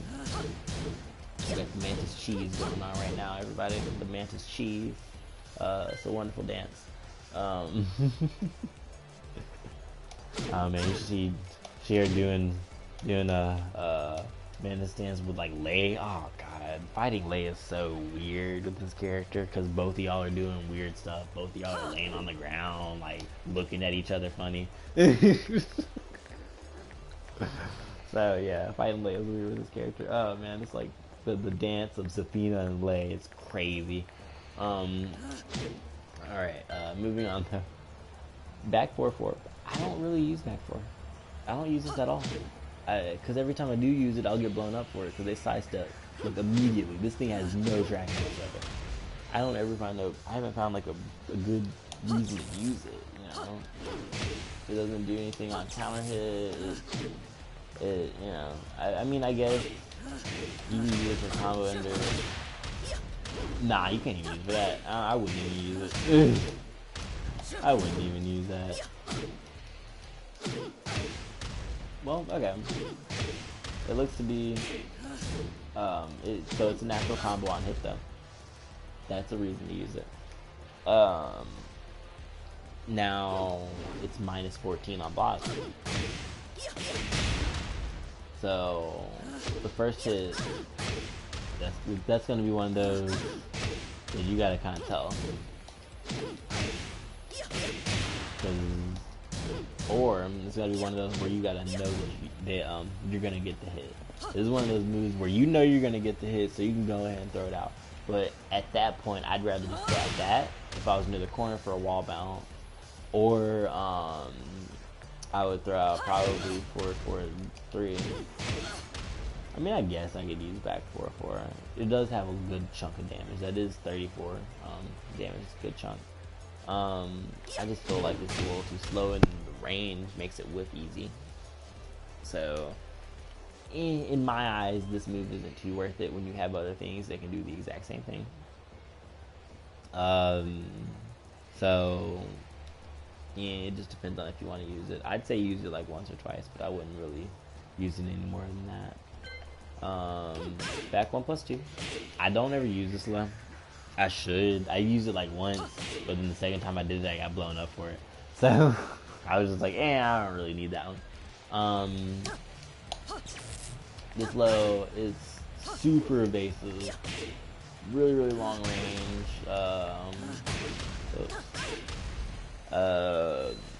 That's about it. That's all it kind of has going for it. The long range and how evasive it is. Now, you can get sidestepped. You can definitely get sidestepped. And they can definitely jump over you. So just some stuff to keep in mind. I'm not sure if they can sidestep that big guy. That is one thing that I'm not entirely sure of. Let's see. Yeah, it's very linear. Alright. So, and it's very linear. Alright. Things to just be wary of it. Very, very good at evading highs and some mids, but very, very linear. So, and then it's minus like 17 or 18 on block, so I don't really think it's worth the risk. I really don't. Like, unless I know it's gonna hit and I'm poking them from really far away, then okay, and it's probably gonna kill them, okay, fine. But if I'm like in the middle of the match, I wouldn't throw that out but once. I would not throw that out but once. Just being real. I would not. Oops, I didn't even mean to do that. Is there unblockable, everybody? Ooh, I know, right? Looks nice. Boom. Yeah, it looks pretty cool. Moving on. Upward 1. This move is godlike. It's slow. Though, that's the only issue. Great move, it's just kind of slow. So if you try to throw this out, somebody, depending on who it is, they can beat that move out. So just be careful using it. I would use it, if you get this move on hit, I'd do it one more time to get him to block it. And then that would have set me up for any type of frame trap that I want to do to him at that point. Because it is +4 on block.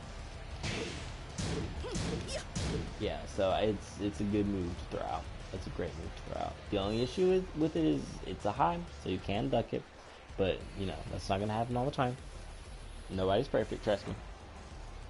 But it is a really good move. So, yeah. Now, I think it tracks a little bit. I'm pretty sure you can't sidestep it. I'm pretty sure you can sidestep it. So, yeah. Oh, wow. Okay, so you have the possibility of being able to whiff that and then still blocking. So one of those things to keep in mind. So wow, if the person isn't on top, like on their P's and Q's, then you can definitely get away from whiffing that out. If they're on top of their P's and Q's, you won't be able to do like that.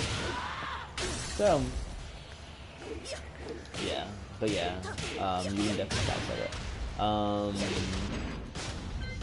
Next, we have up 4-3. Now, up 4-3, I don't really use it. I haven't found a single use for it. I haven't even thought about using this move. You can go over some highs with it, cool. I don't know. Maybe if you're like at the wall. But the only real use I can see is going over highs. And then let me see if it's like somewhat relatively safe. Look. Yeah. So it's a little safe. You can't press anything after that. You probably sidestep that. But yeah. So it's a low evading, just an aerial move, an orbital. Can't get a combo. I don't really think it does. What in the world? Ooh, that's so weird. That doesn't track right. There you go. That doesn't track right. That's not supposed to be doing that. Alright, whatever. Yeah, that move is weird. I don't really like it. I don't use it. I'm pretty sure that you can find a use for it. I'm positive, 100% positive you can find a use for it. I just haven't found it. I don't know what you can use that for. Like, maybe combo tool. Nah, not even. So yeah, that's just possibly used to break a wall. We'd have to mess around with that one. I don't really see too much of a use for it. Now this move right here, this move I've heard good things about it. Goes into Tarantula Stance, and then it is a counter hit launcher, I believe. Yeah, it's a counter hit launcher. So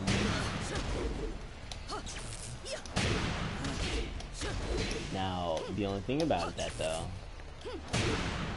you cannot get like a legit real combo off of it. That's good. That's not good at all. Oh gosh. So like I said, it's a good counter hit launcher. It goes a very long distance, and you go right into Tarantula Stance. Boom. So a good thing to throw out there. You can evade some lows with it. I throw it out if I know they're trying to whip something dumb in order to get like set something up. There's a Kazuya player who always I think I had them, yeah. He did a low, and then he would use that low. It was his, I think, down back 2, I think. I don't play Kazuya, I don't know. He would do the low and then use that to force him into crouch in order to get a while standing 2, and it would catch me sometimes because I'd be like, oh yeah, he did a low, now I can punish him. Nope. So this would be one of those instances where if he did it, and if I saw it, called it out, jump right on him real quick. But whenever you do that, you're probably just gonna do down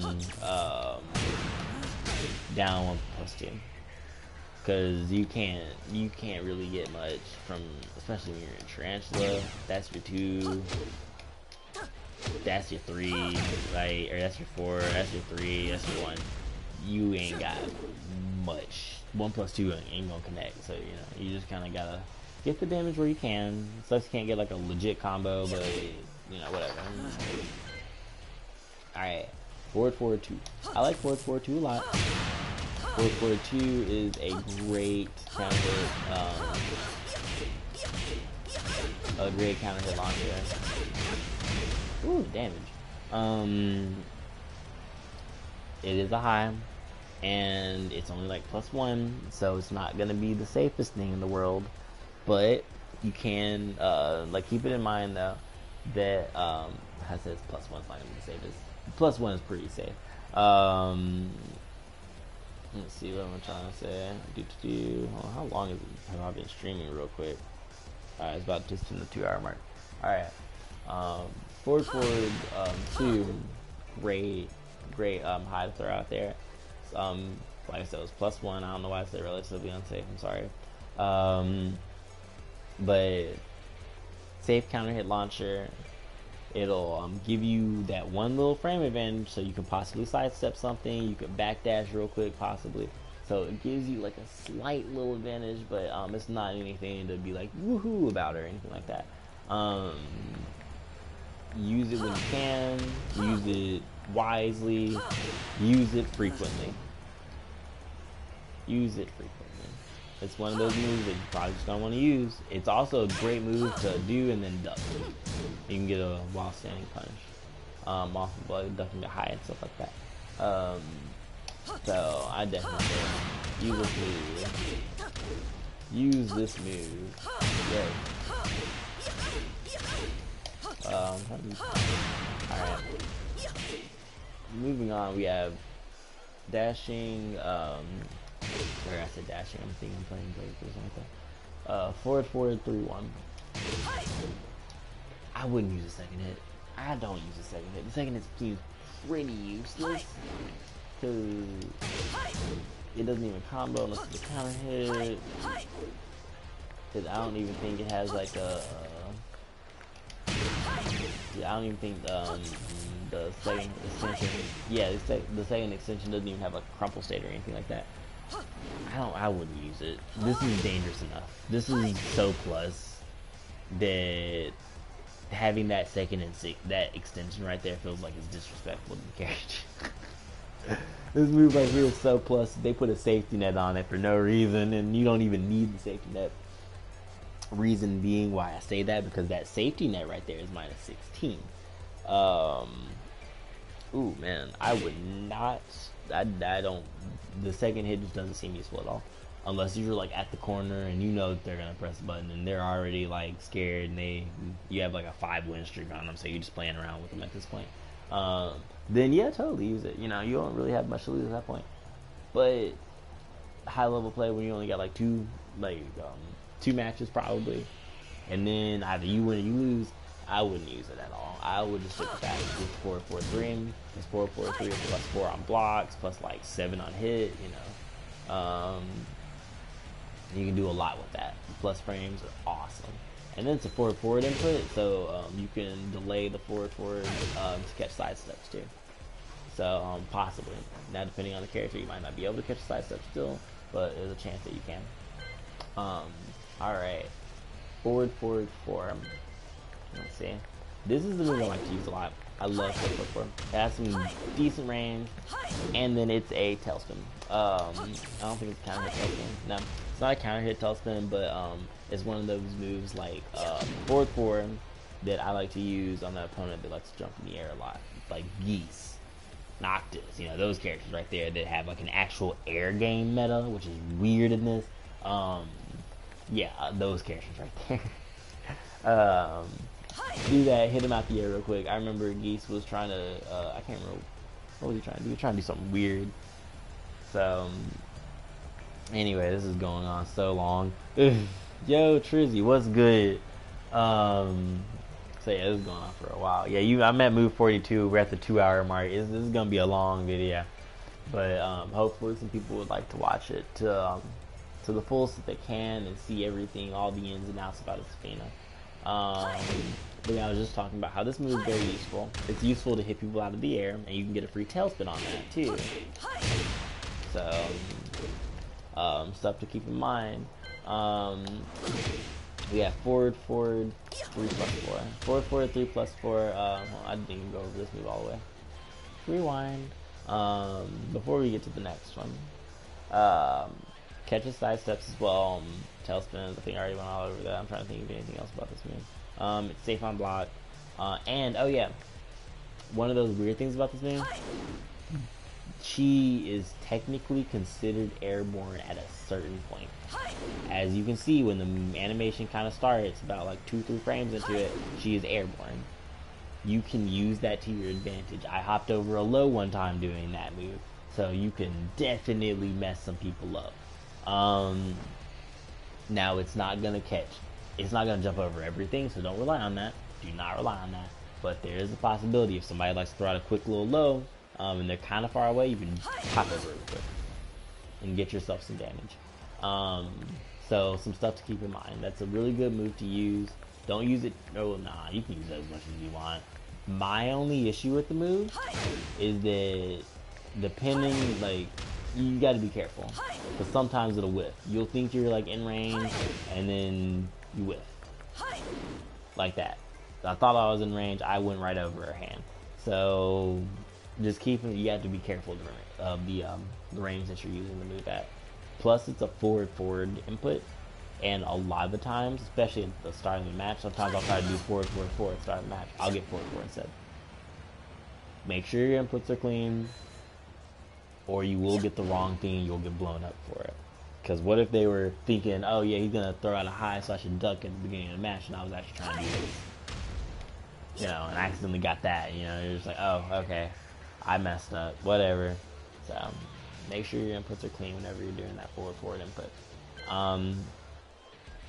Like this one too, I usually, I'll mess up that one too, and I'll get, like, Scarecrow. When I first started playing Zafina, I would try to do forward 3 plus 4, and I would randomly get Scarecrow, and I'm like, oh, my inputs are dirty. So, but yeah, forward 3 plus 4. This move, I believe it's like It's minus 11, yeah. It's not entirely safe. It is minus 11. And when you go into Mantis Stance, it's minus 12.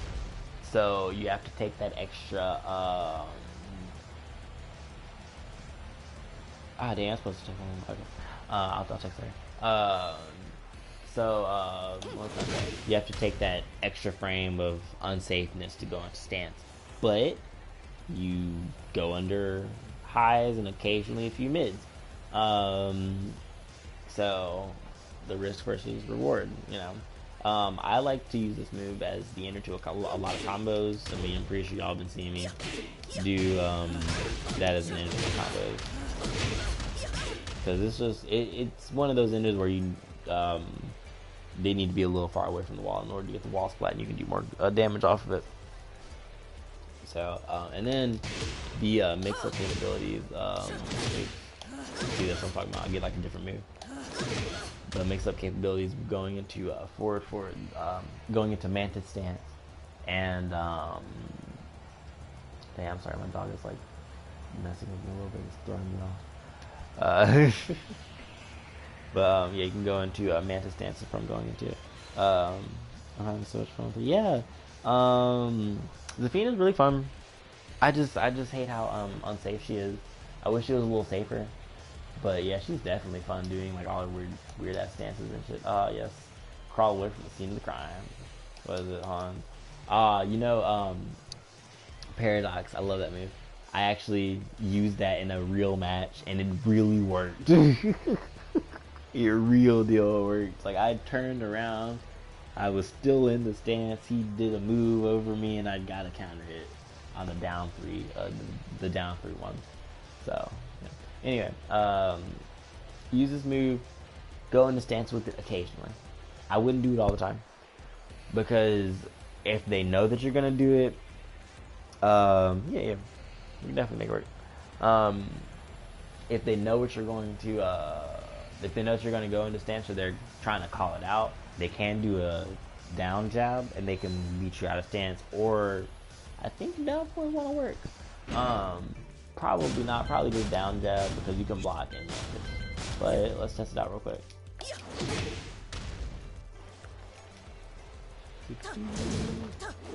Ooh, it went under that. It went under that, y'all. No.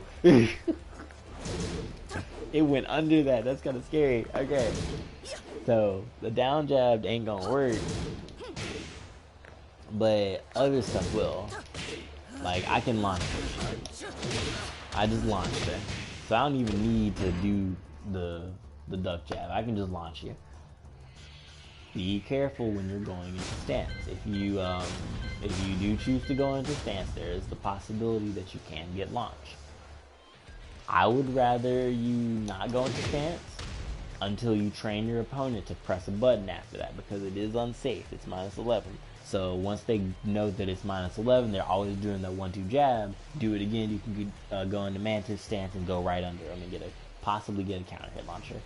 So you just have to work around all of her moves and how unsafe they are, and figure out, oh, if I'm unsafe here and I do this, I could trip up my opponent, mess with them in the head, and get some free damage, and be in the life lead, you know. The slippery slope starts, yeah. Alright, this move, her wild running 3. Her wild running 3, I don't really use it too often. It is plus on block, though. It is plus on block. I think it's like plus 5 or 6. But you can't do too much with it because of her recovery. Yeah. So I don't use it too often, because you have that and you have that. I know those aren't safe, but those well, they don't forward is safe, but the other one, forward 3+4, it's not safe, but you do have mix-up potential from that. And then it's also, it saves you from having to do the trouble of a instant while running if you ever do need to. And another reason I don't like this move is how long she's in the air. One of the reasons I would not recommend it is because of how long she's in the game. But I want to test something out. Let me see how easy it is for me to float Zafina out of this. Zafina has, like her forward 4 is the culprit of this. You can float Zafina out of her forward 4. You can float her out of that. That is totally possible. It's happened before. It happens a ton. So what I'm gonna test out real quick. I forgot what move I was working on. That, okay. What I'm gonna test out real quick is if you can do that to her while running 4. I can't do an instant while running real quick. There you go. So,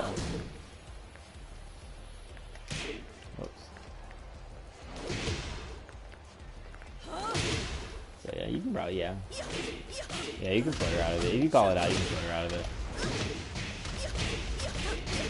That's why I like using 3+4. So, be careful. That's what I'm talking about. Be careful. You can get floated out, and you can also get floated out of this as well. You might not think that you can, but yeah, you can definitely get floated out. Oops. If I can do it. I can do it. I suck though. There you go. So you can get floated out, but it is kind of difficult to do. So there you go. Yeah. So just be careful. Be careful while doing it. Not a move that I'd recommend. Or no, I'm talking about forward 3. While running 3, I wouldn't really recommend while running 3. I'd rather recommend forward 4, because yes, they can float you out of it, but it's really difficult to. So the chances of you getting floated are kind of slim. All right, next we're going to go to let's see, that's that. I can't remember. My Japanese is slipping. That's her. Oh yeah, the slide. Yeah, the slide. Okay. Fun fact about this move: you cannot parry this. Since it's a knee, you cannot parry this. You have to block it, but you can block it and punish her. Yeah, you can punish her, but you're gonna be getting a float. You're gonna be getting a float. Oh yeah, and I forgot you know stance too. But yeah, you're gonna be getting a float.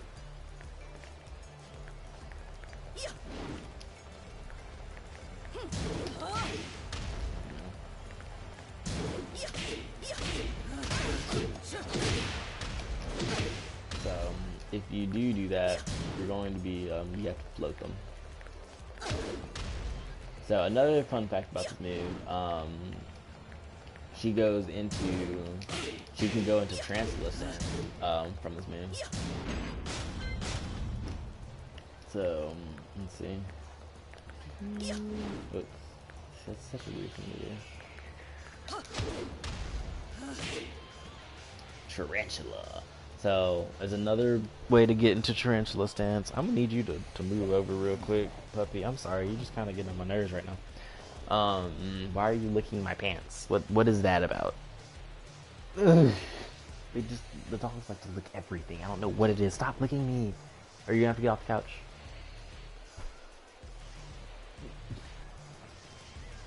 Alright. And you're just got your paw all over me. Just hold your paw right there. Okay, I guess. Moving on. While standing 1-2. It's 15 frames fast. And let's see. Yeah, it's a 15 frame fast move. Both hits are unsafe, obviously. While standing 1 is -10, and while standing 1-2, the extension is -13. This actually, I love using this move. I use it way more than I should probably, because since the first hit's -10, a lot of people will try to do like a down forward 1 or something like that, and it won't work. So you can escape a lot of extra damage from using this, or while using this move. Just by the second hit being a launcher on its own. a lot of people don't really want to get hit by that second hit because it's more damage. And then both of them, mainly because yeah, way more damage. So the second hit is pretty scary. That second hit is really scary. Now the first, when you get both hits together, this is something that's very, very important for Zafina players to remember. I forget this sometimes too whenever I'm fighting female characters. Remember, women's rights. Female characters have smaller hitboxes than male characters. There's a couple exceptions like Akuma. I think Akuma has a girl hitbox. Yeah. Whoops, hold on. Akuma has a girl hitbox. Bob has a girl hitbox for some odd reason. Bob has like a female hitbox. Combos drop on him. It's weird. It's awkward. I don't like it. Blech, whatever. So this combo, once you get these two hits, you cannot do up forward one on female characters. You cannot, no matter what, no matter how. The only way you can do it is if you get a side step. But you have to, let's see, you have to side step to the left. Yeah, you gotta side step to the left. That's the only way you're gonna be able to get the upward one. Is if you side step to the left. Even then, stop. Ugh, even then, why do you people lick stuff?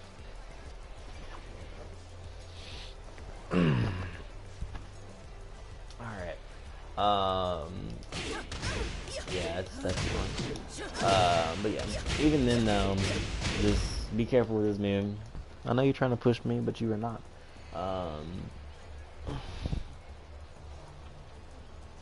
So, where was I? I just got totally sidetracked because of a dog. I'm gonna have to get off this couch. Give me 1 second. This dog's gotta get off my couch or she's gonna drive me literally insane. Well, I don't care if you get off the couch. You're just gonna have to change positions real quick. You're just gonna have to move over or something. Rotated. Yeah, I got you rotated so now I can touch your belly. Alright. But yeah, I like using this, man. I think a lot of people should use it more often. Because the first hit is a great move for just mental frame advantage. A lot of people will not press the button on that first hit. They'll only press the button on the second one. Or after the second one. So train them real quick. When you are using the move, train them. Do the second hit a lot. Try to get that second hit. Because if you only use the first one at first, they're gonna start. They're gonna punish you.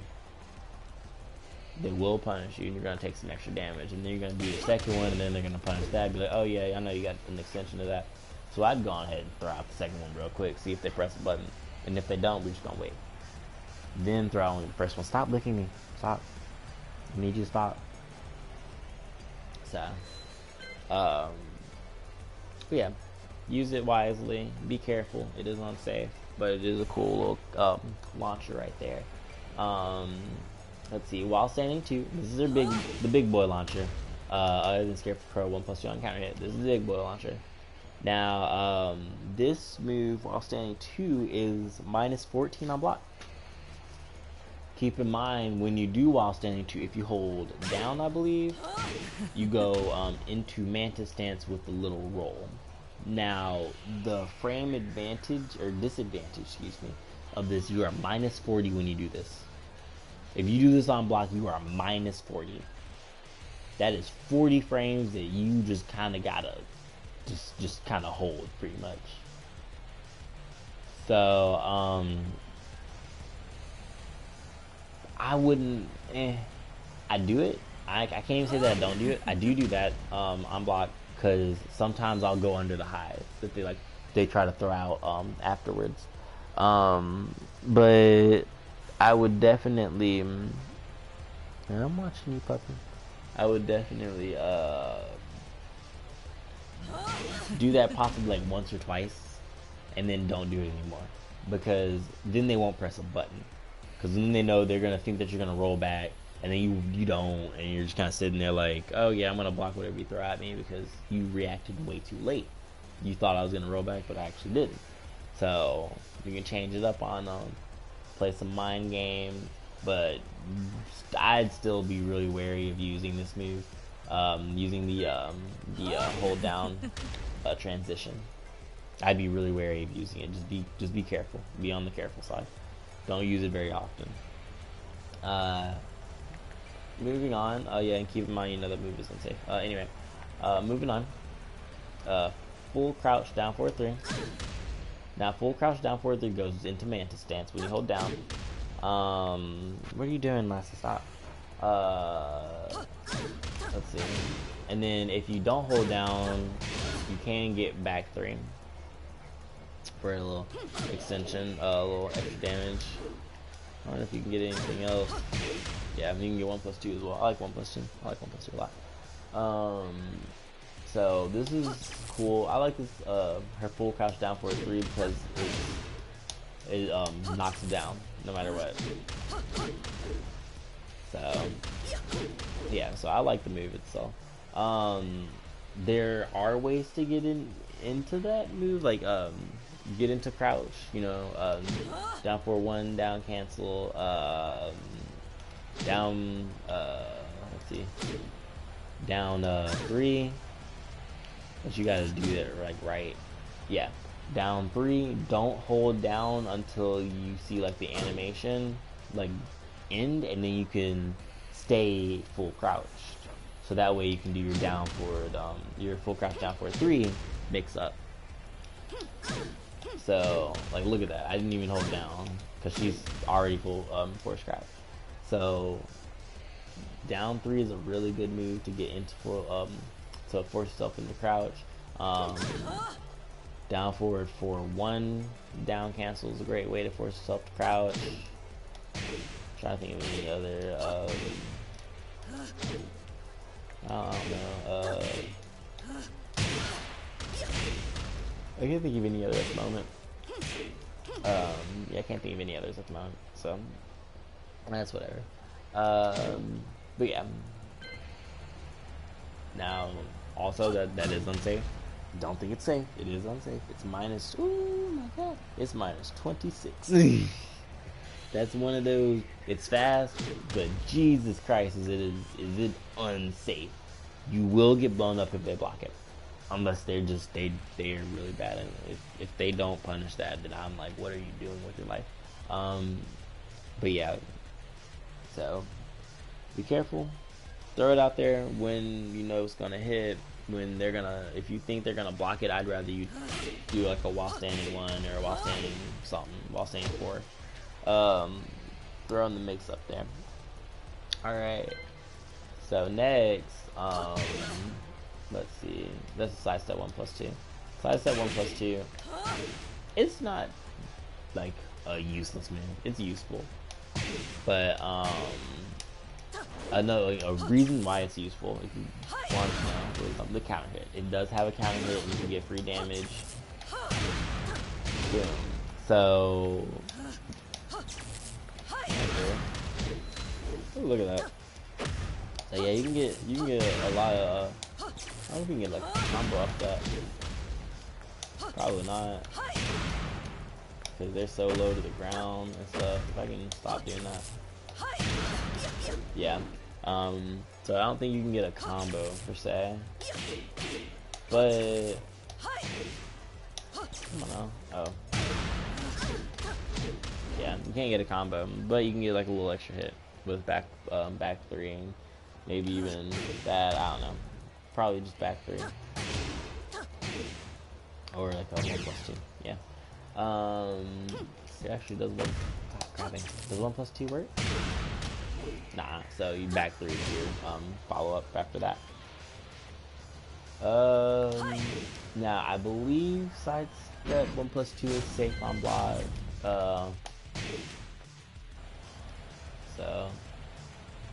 I think so. We're gonna do while standing 4. Yeah, it's safe on block. It's like, what is it? It's their her extension. Yeah, it's her 2-1, pretty much. But she can do it at with anyone. Yeah, with either arm, excuse me. So let's see, do 2 is all on 2. It's also not what I want you to do. I'm pressing all the wrong buttons all at the same time. Alright. Now, down 1 plus 2 is how you transition into Tarantula. And this is where we start at Tarantula stuff.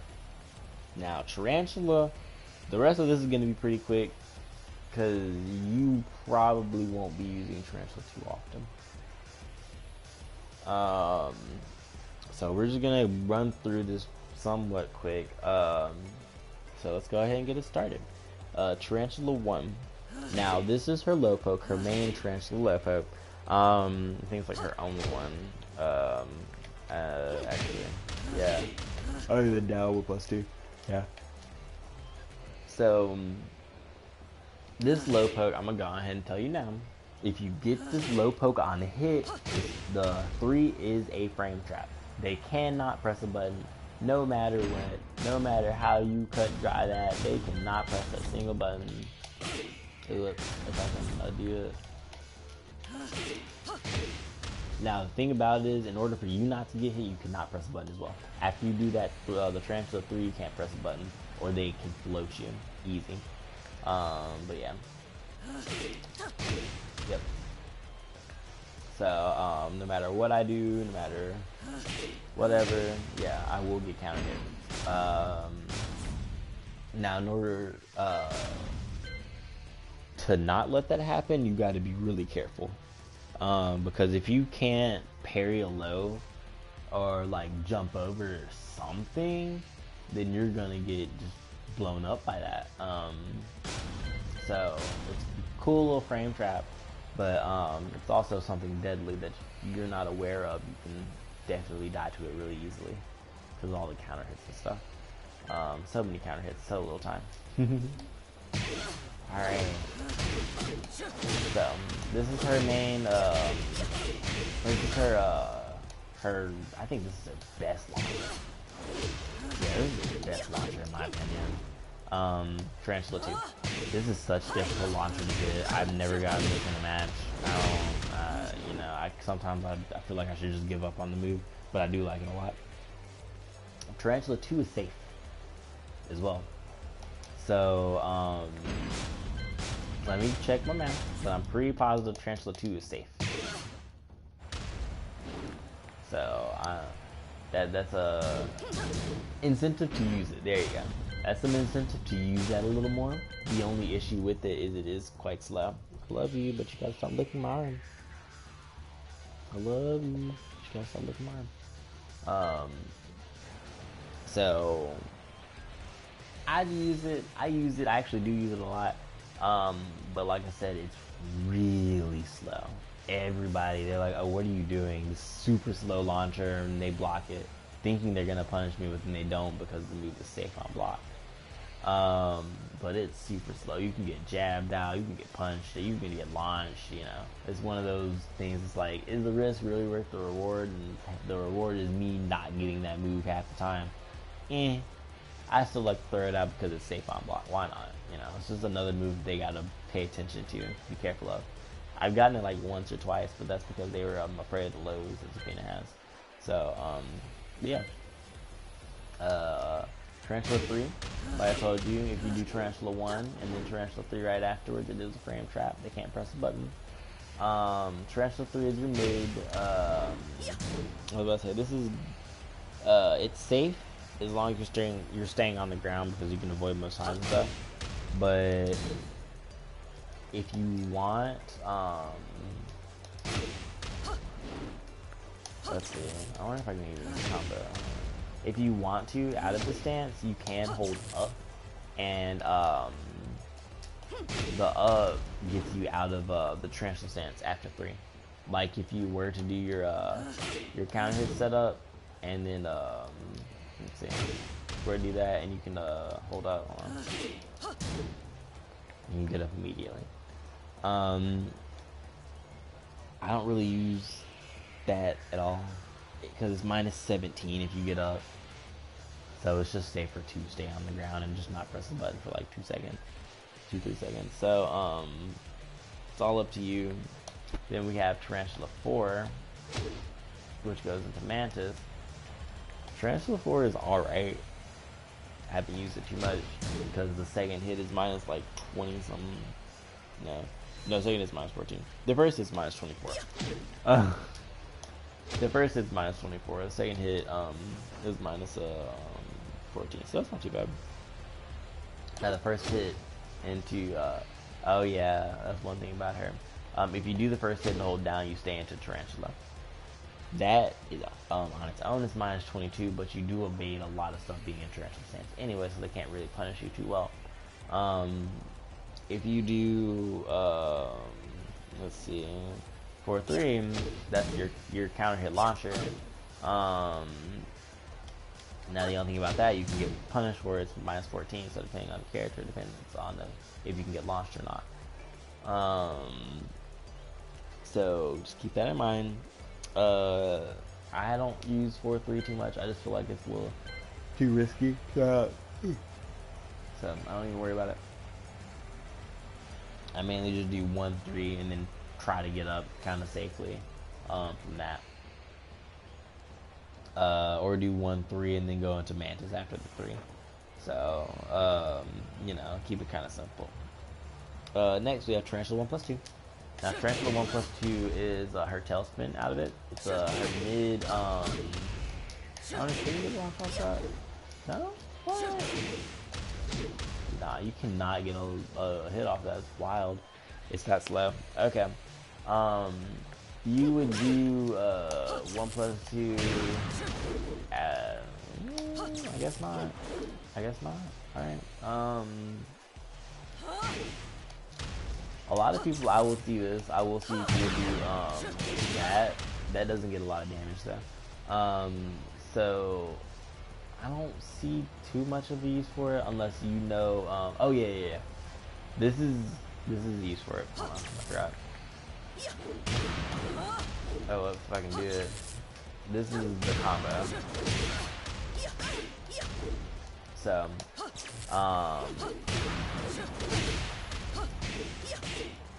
yeah, that's the tailspin for that launcher right there.